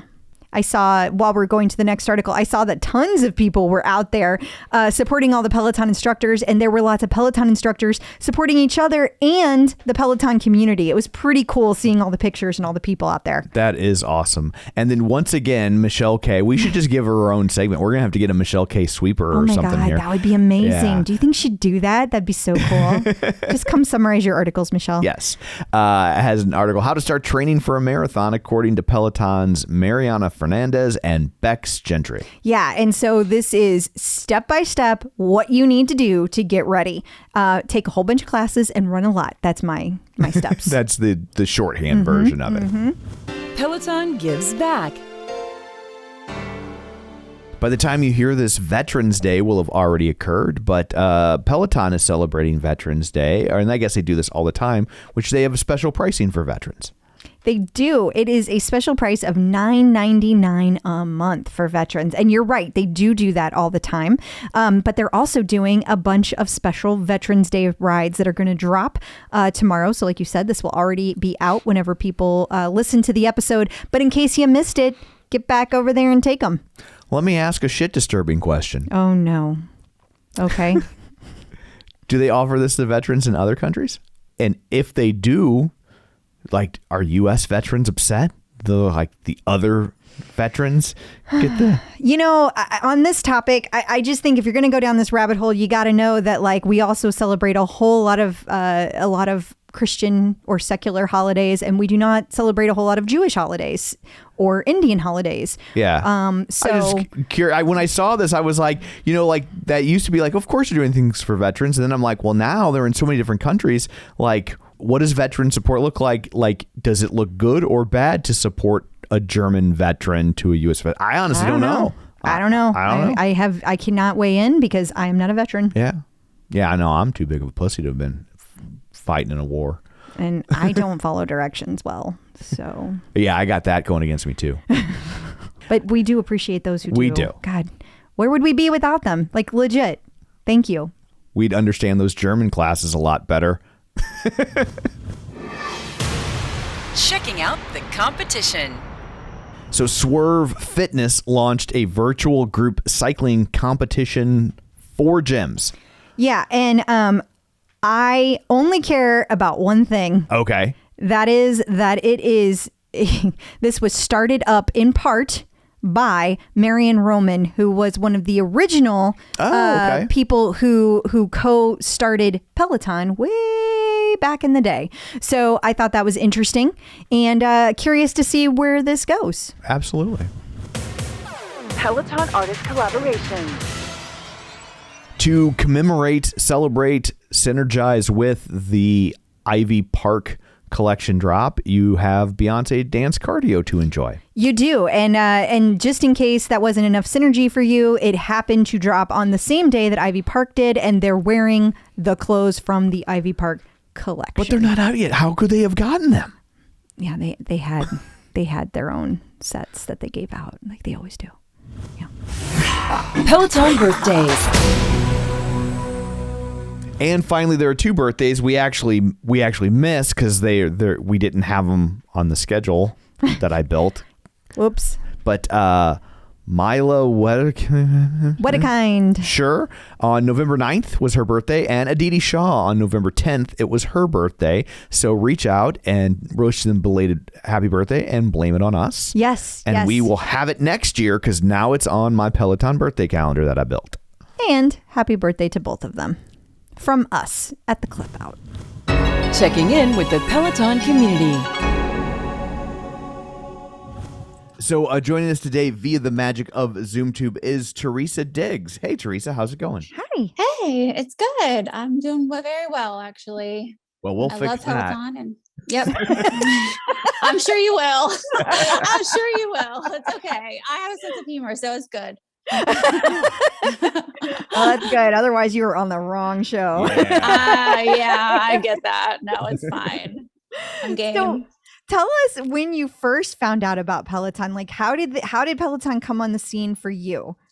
Okay, so this is kind of funny. It's been I've been eyeing Peloton for 4 years now, like 4 years before the pandemic started, and it's even before it got really super popular. And I kept on telling my husband, can we get a Peloton? He's like, what is that? And I'm like, it's a bike, cycling bike. We don't need that. We don't need that.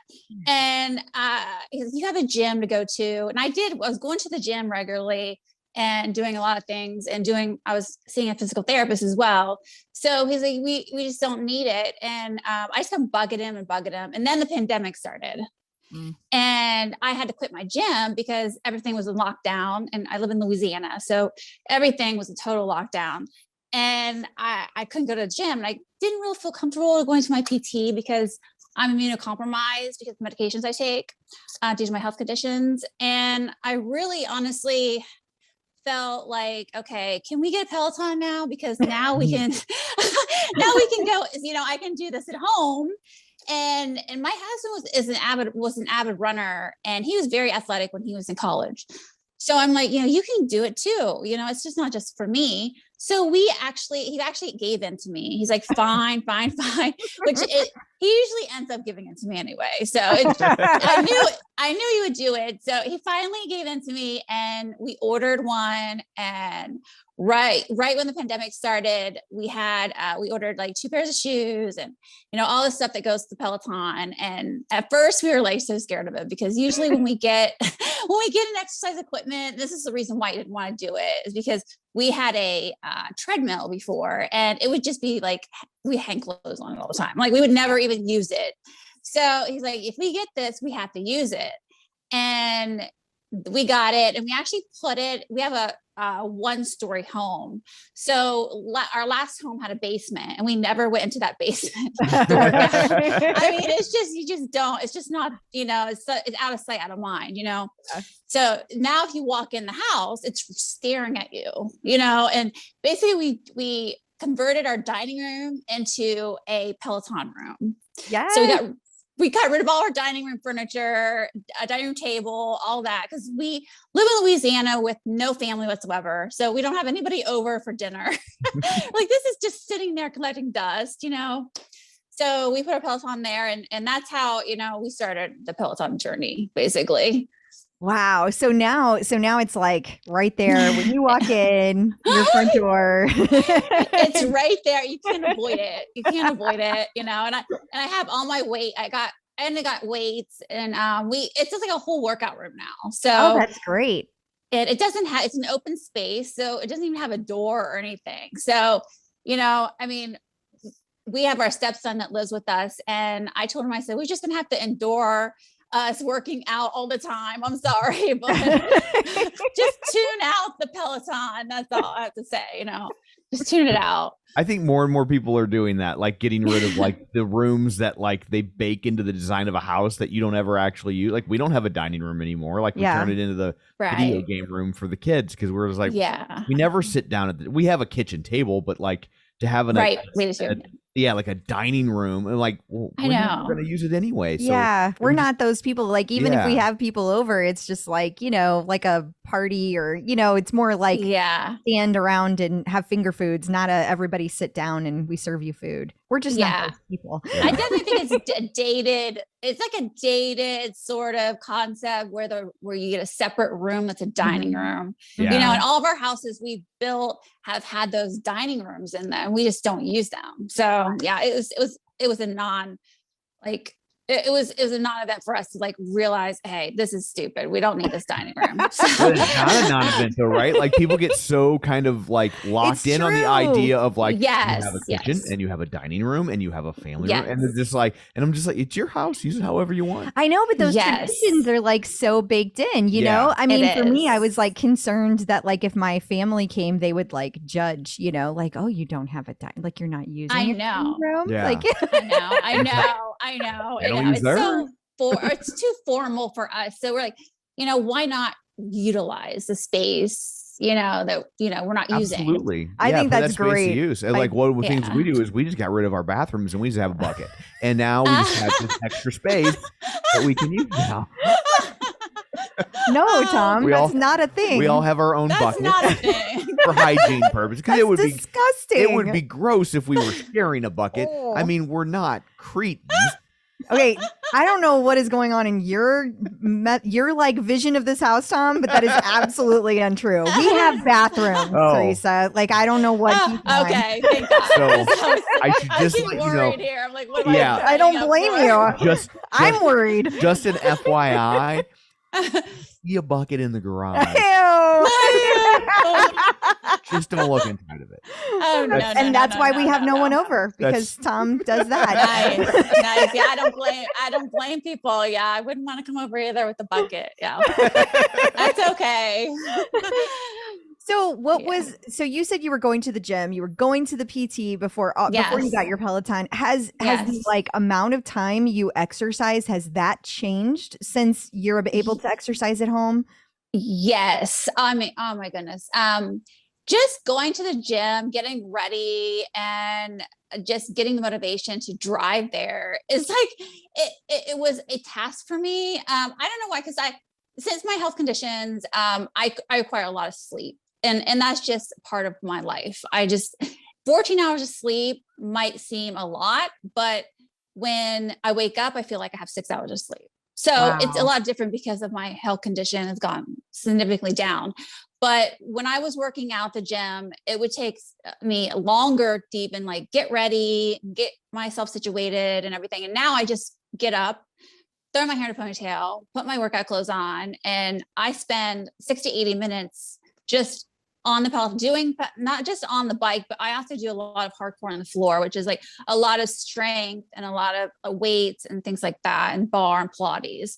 So Peloton has changed dramatically my view on exercise, because I feel like I spend more time doing exercise, and also the cool downs are very important for me, and the stretching. And I never did that before with the gym. And also PT wasn't as aggressive as I wanted it to be. They were very careful with me, and I didn't feel like I was getting anything out of the PT. So, okay. But so, yeah. So tell us about the health issues. Like what, I know that you have a couple of different things going on. Yeah, my health issues, complications, huge complications. But back in 2000, I'm 45, I'm going to be 45 in November. So I was only 23 years old. I suddenly went to heart failure. I mean, I had all these heart failure symptoms. And even when I went to the doctor, they still didn't believe that I was in heart failure. They thought it was, just anxiety. I mean, I was working 2 jobs, going to school. I was doing a lot of stuff, and they just couldn't believe a 23-year-old would have anything wrong with the heart. But apparently I was born with it. I was born with a congenital defect I didn't know about. And this congenital defect was only 1% of the population's ever had it. And the people that did have it were children, and they died as children. So for me to last 23 years was like, the doctor said was a miracle for me to not even be symptomatic. Wow. Until I was 23, but I was at the end stages when I found out I had heart failure. So I was referred to the Cleveland Clinic. They did all the testing and everything. And they said, you have 3 months before you die unless you get a heart transplant.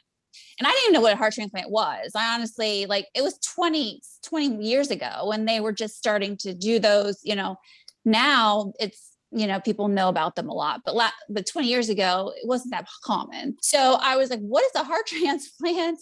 And basically we got to, take your heart out because it's diseased and replace it with a donor heart. And I was really scared, because I was still a child, basically, I planned my life out, which you should never do. You should never say, I'm going to get married at this age, and I'm going to, graduate college, get married. I'm going to be this, I'm going to do this. I mean, because you never know what's going to happen in the future. And that's what I did. And it really threw my plans into the dumpster, because I'm like, now I have to get this transplant. But, it worked out. 3 months later, I got listed on the transplant registry, and they listed me, and within the week of them officially listing me, the last day my cardiac enzymes went really down, and they said, I'm sorry. They told my family I wasn't going to make it. They're like, she's not going to make it in time. And they found a donor heart for me, the last possible second. They really did. And so I got my heart, and I exercised totally. I mean, they said you have to be like an Energizer bunny when you get a heart transplant, because you have to constantly keep it moving. And I did that, did everything right, low sodium diet, did healthy. That's when I started really watching what I eat. Because before, of course, I ate anything, I mean, I was you're 23. Yeah. I mean, I ate McDonald's, You did whatever you felt like. And I had a high metabolism, so I just but that didn't happen after that. After that, I changed my diet around and did everything I was supposed to do. And then unfortunately, 6 years later, I started going heart failure again. And I'm like, this is not happening again. So what happened is the heart didn't grow with my body, because my donor, he was only, it was a child. because I was so tiny at the time. I was like 80 pounds when I got my transplant because of the sickness. It makes you really super thin and you can't eat and all that. So I got a donor heart who was a pediatric donor heart, and it was 50% chance that it would grow or not. And it didn't grow. So it stiffened up and hardened. And they said, well, eventually you're going to need another transplant in the future. And I thought to myself, well, I'm gonna have to go through this again.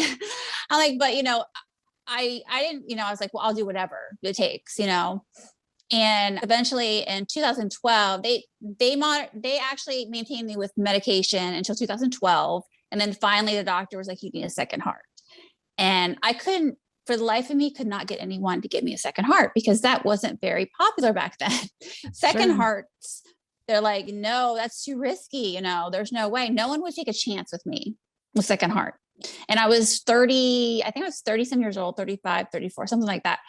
And I was very young. And I literally begged my doctor. I said, please find someone. And she said, no.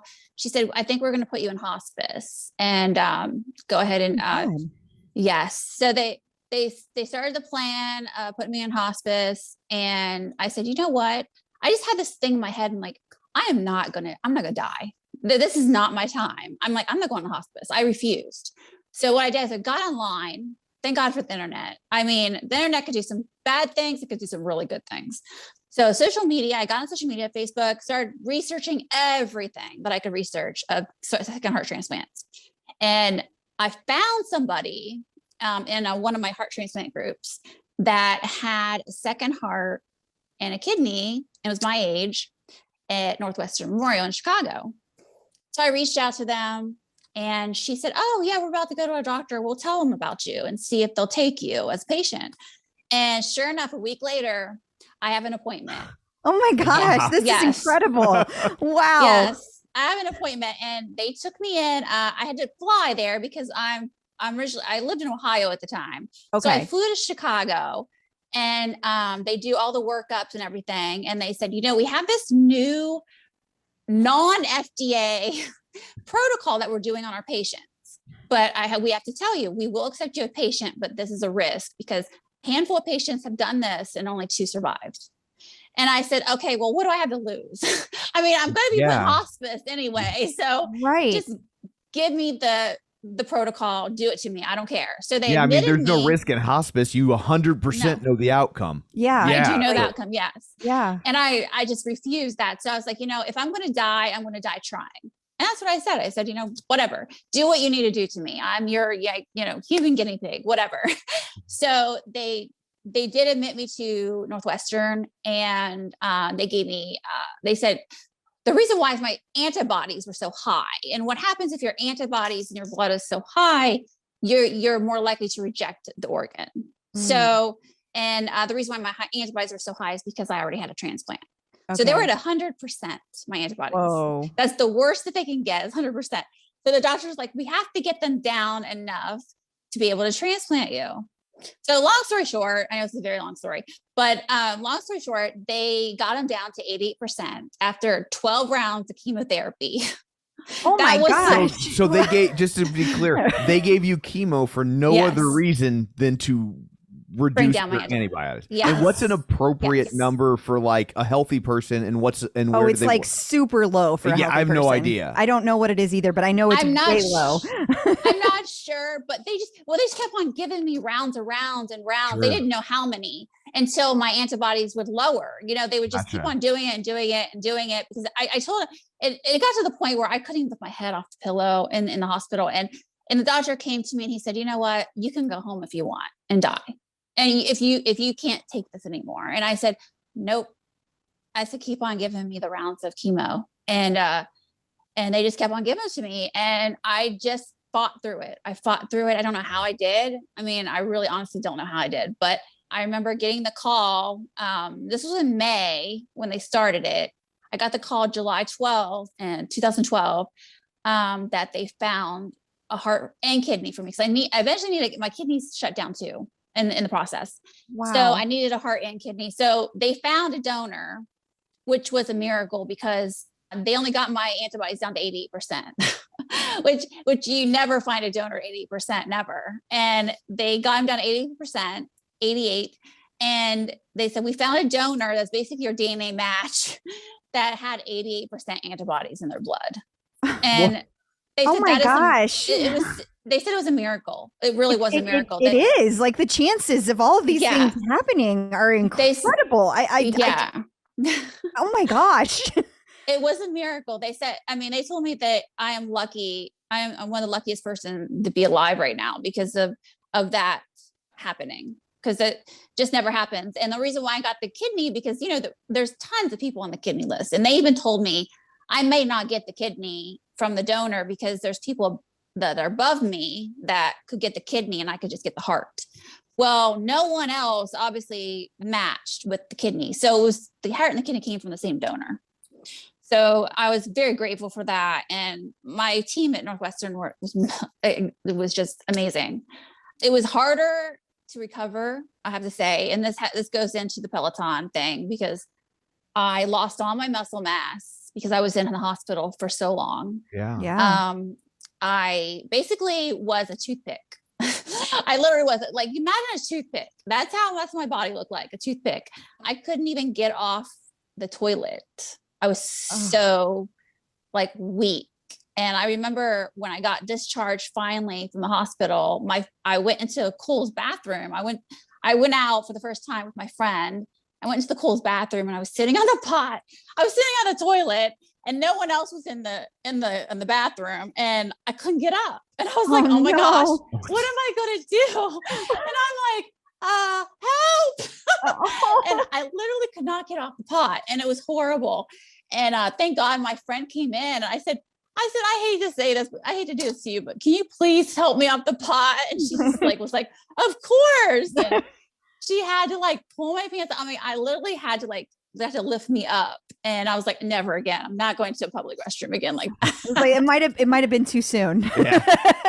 It was too soon. And I'm bullheaded. But she had that 30% off coupon. There's only so much you can expect her to resist. I mean, exactly. I mean, I had to do it, you know. Yeah, I love Kohl's, but yeah, my muscles were not my strength. My core was so weak. I just couldn't get off the floor. Even if I tried, I had to crawl and actually get on to latch onto the couch and pull myself up or, it was terrible. It was really, and that's when they gave me PT, but still it's not. How long were you in the hospital altogether? It sounds like a really long process. May, June, July. There's 3 months. I was in the hospital for 3 months, but then after my transplant, July though, I actually had to stay a month afterwards to recover, like in the hospital, because they have to do PT in the hospital. So maybe 3 or 4 months. And then you have to stay in the area as well. So we had to stay in a hotel because we lived in Ohio. So we had to stay in a hotel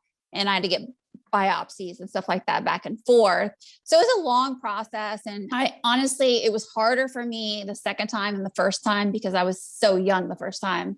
But everything happened so fast the first time. And you didn't really know what to expect or there's something about like knowing how hard it's going to be that your brain is just like, ugh. My brain was like, it was harder. Definitely harder the second time, like recovery and everything. I knew because I was getting older, my body, was different than it was when I was 23. I bounced back better when I was 23, but yeah.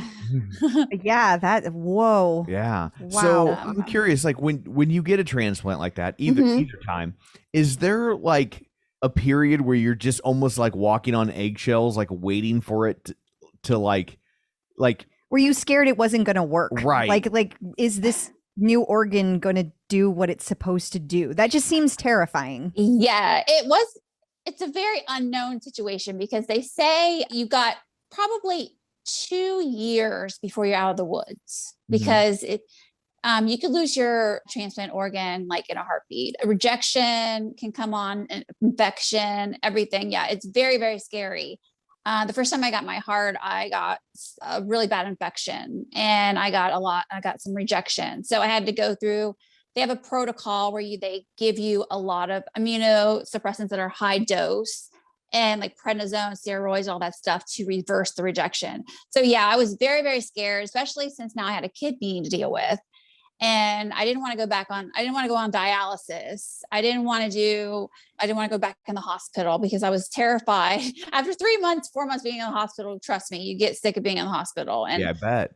I was done with the hospital. I didn't want to go back. So I did try to do everything. And sometimes you can do everything you can and you can still get problems. It's just one of those things. But yeah, I was definitely walking on eggshells, after my transplant. I really was. Was there a moment where you remember thinking like, hey, like this is gonna stick? I'm okay as you can be in that situation? Or yeah, I think after a couple years I was like, okay, this is okay, I'm gonna be okay. And then then 5 years went by and I was like, I see you kind of forget sometimes that you're a transplant patient. I'm glad you can. I was wondering if you could. Yeah, you can forget it. Yeah. This is me. I don't want my identity to be a transplant patient. I want my identity to be me, Teresa, Absolutely. Yeah. So I hardly talk about it unless someone sees something. And I've done some commercials to promote organ donation. And some people recognize me and they'll be like, hey, I saw that. What's your story? If they ask me, I'll tell them. Or, if I'm doing any volunteer work or something, I'll tell my story. But other than that, I don't like to be known as someone who has been sick and had a transplant. That's interesting. I don't know. That's interesting because I view you as strong. Like that would be my takeaway from that story, is that you're so resilient and that you are such a fighter, and that you were like, no, I'm not going to back down. Like, to me, that's right. That's something totally to be admired. I think that's really amazing. Like, I'm just like, man, I'm such a dirtbag. I'd be milking it for all it would work. I'd be like, I'd be calling to make dinner reservations. I need a table for 4. By the way, I've had 2 heart transplants. No, Put it out there. That's funny. No, I don't know. I try to remember, my donors, and I'm very cognizant about what they gave, what their family gave, and the gifts they gave. Moment, I'm sure. It's a very bittersweet moment. And, there are times when I was younger, I felt guilty. My first transplant, I felt guilty. I don't know why did I live? Yeah. Yeah.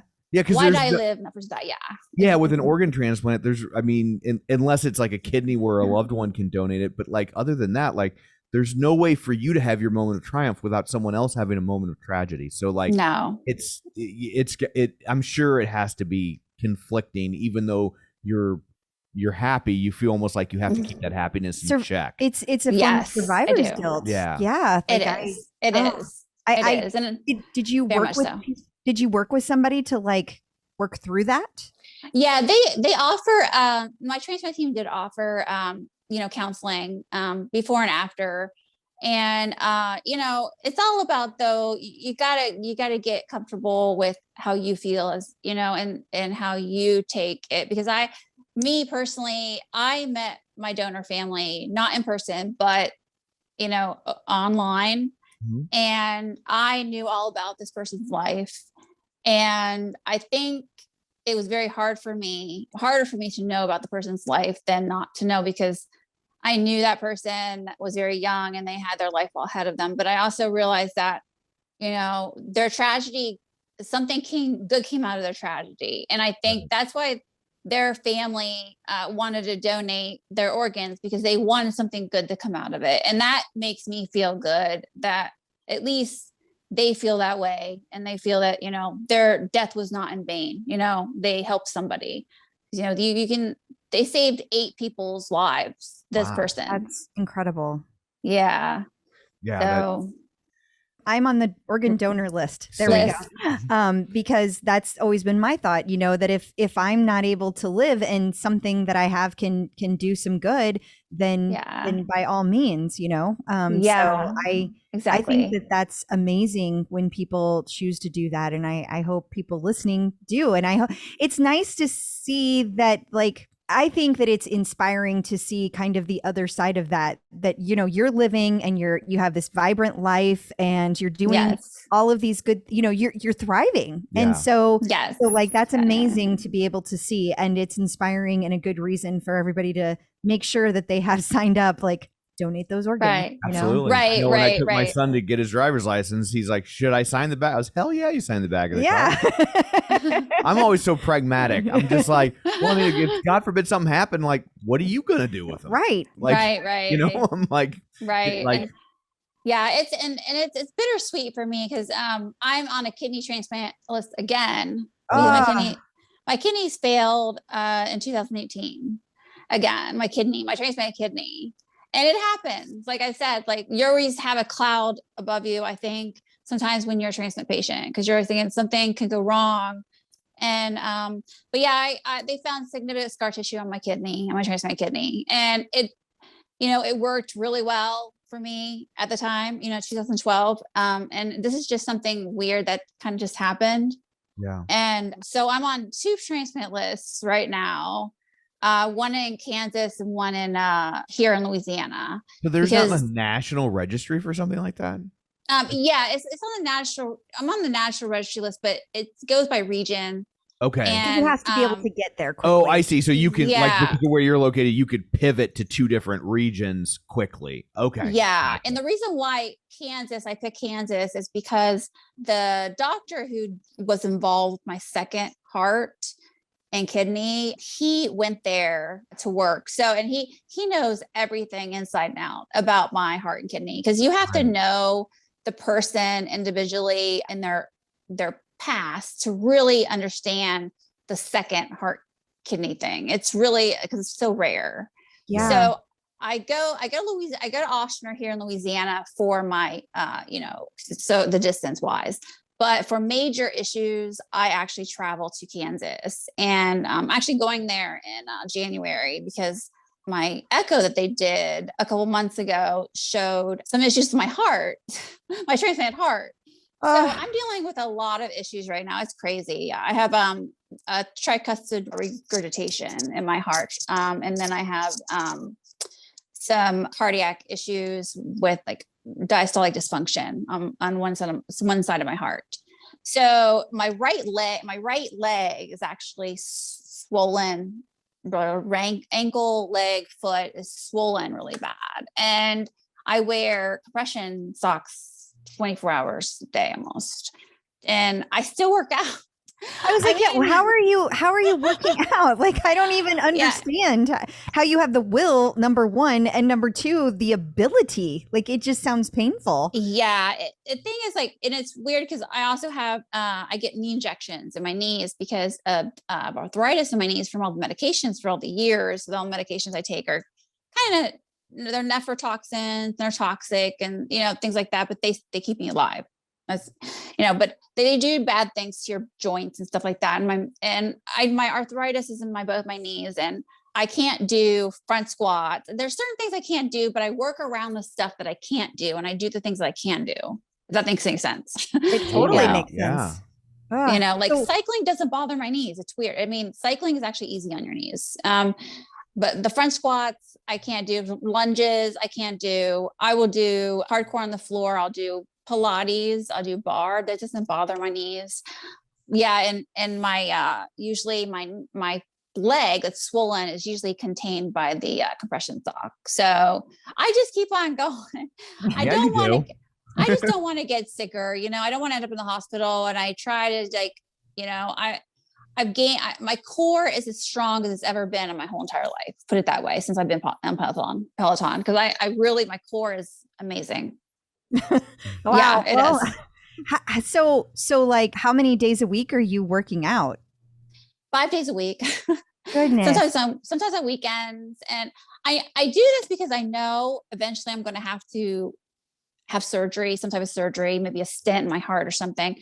And I know my recovery time will be so much better if I'm stronger going into it. And that's what my doctor told me. So my doctor encourages me to do this. So yeah, I find that fascinating because it's like, as someone who knows nothing about science, I like I would be like, don't use that heart as little as possible. Like, don't watch scary movies. Don't listen to sad songs. Like, no, he told me, he's like, you need to just maintain your physical health and still eat, properly and exercise. The Peloton's great. He does the Peloton himself. So, and so he knows all about that. He's like, yeah, just keep on doing what you're doing, because obviously, you're doing something right, because you should be on dialysis right now, because I'm only 15% kidney function right now. And though they would put me on dialysis right now if I was having major symptoms, but I'm not having any major symptoms except of course the leg. But I get fatigue, but it's nothing where I'm like, oh my gosh, I have to go on dialysis right now. But I think it's just so inspiring to all the people out there that are like, I don't have time, I don't feel like it. And we hear these instructors that say you don't have to, you get to. And it's hearing stories like you that really, really drive that home, because your story is like, it's literally keeping you alive. It makes you feel better to work out, and and it's going to make it so much easier for you to have that. And so what excuse do the rest of us have, And so, I mean, I really mean that. Like, I feel like that's inspiring to other people, and I'm just really touched by your story, because I don't even know how you get up and do it all every day, and I just think that's amazing. Well, I have the, the support of my husband, and I do have a 5-year-old that I know that if I'm not around, she won't have a mom.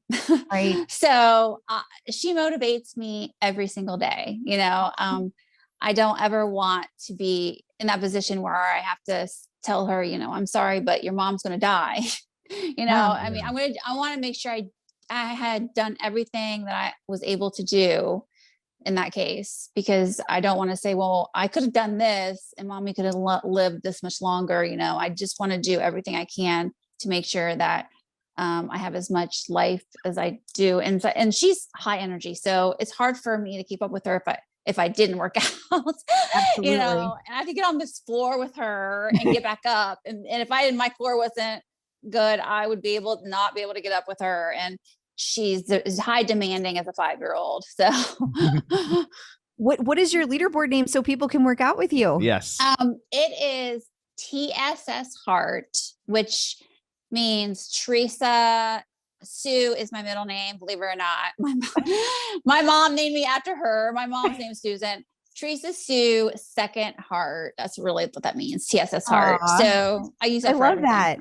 Yeah. That's so nice. Thanks. Is there anything the Peloton community can do to support you, to help you? Is there anything we can do with your medical efforts? Anything at all? Well, I do have a Facebook page. It's Teresa Zamora. My maiden name is Zamora, Zamora. Teresa Zamora needs a kidney. And I mean, motivation on that page, it helps me a lot. I like to hear people's motivation. High fives anytime you see a TSS Heart on my leaderboard. I'm on Hardcore on the Floor, Peloton Moms, all that stuff. But I did post my story on Peloton because I really wanted to inspire people. And that's how I found out about you guys. But yeah, I just basically just give me love. That's all. And, and also make sure, you don't let anyone bring you down when it comes to working out, whatever your issues are. Don't feel like you aren't able to get on the bike or do this or do that, because you'll surprise yourself. Trust me. Because at first I thought there's no way I'm gonna be able to get on this bike. And it was really hard at first. I'm not going to lie. I mean, I'm always on the bottom of the leaderboard. I'm not going to lie to you about that.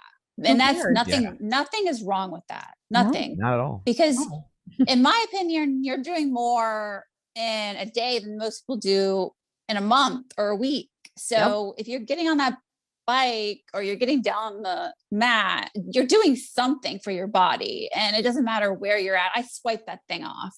I really do. Every time I don't compete with anybody. The only person I'm competing with is myself. But yeah, I definitely encourage people to not let anybody's opinions or anything get to them, and just do you. When you're on that bike, just do you, and you're the only person in that room, not anybody else.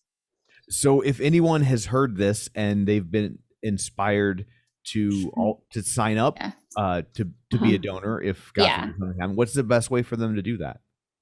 Well, there is a website. It's the you can go on donatelife.org and you can register to be an organ donor, or you can go at your local, I don't know what they call them there, DMV, BMV, so motor vehicle.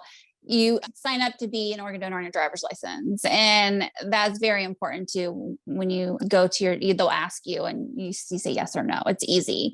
They automatically register you. So you don't have to fill out anything. It just automatically goes on your driver's license. That is a huge help. You could also be a living donor, which is what I need for my kidney. And I've been waiting for 3 years now for a living donor, and there has been no match. So it's very important that people realize that just because, you have 2 kidneys, you only use one, really. You don't need 2 kidneys to live. And a lot of people, that's a misconception that, oh my gosh, I'm going to get sick if I only have 1 kidney. That's not true. And if a rare chance you do get sick, you are put on the top of the list to get a kidney for some reason if you end up donating your kidney and you get another. Yes. But it's huge gift to give somebody. And the downtime is a week for that person. I mean, not even that. It's really not that bad. Not as bad as downtime would be for me. But yeah, donatelife.org is the best place. And there's also, wherever state that you're in, there's always a organ procurement organization that manages, all the Donate Life, if you want to volunteer and things like that, like Donate Life of Ohio. And there's one in Louisiana called Donor Legacy, which I've done a lot of events for. You can help by doing, the events for those type of organizations as well. Awesome. Well, thank you so much for joining us today and sharing your story with us. Thank you so much. Fascinating. Oh, no problem. No problem. Good luck to you with everything. Thank you. I know that's a lot to contend with, and it's amazing how well you've been contending with it. Yeah. I just try to, stay positive because, negative is not an option for me. So positivity and laughter is definitely is one of my big things. Like medicine, laughter is my medicine. I think, that's definitely it. So awesome. Well, we will be cheering you on. Yes. Thank you. Yes. Thank you so for hanging out with us today. Okay. Yeah. Thank you for having me. Clip out. Well, I guess that brings this episode to a close. Until next week, where can people find you? I'm going to be sleeping because that was an exhausting episode. It was a long one. There's a lot going on. If you did want to find me, you can find me over at facebook.com/CrystalDOKeefe. You can find me on Instagram, Twitter, The Bike, or The Tread at ClipOutCrystal. And you can find me on Twitter at Roger Kubert or on Facebook at facebook.com/Tom O'Keefe. Find the show online at facebook.com/TheClipOut. And of course, sign up for our newsletter at theclipout.com. So that's it for this one. Thanks for tuning in. Until next time, keep pedaling and running.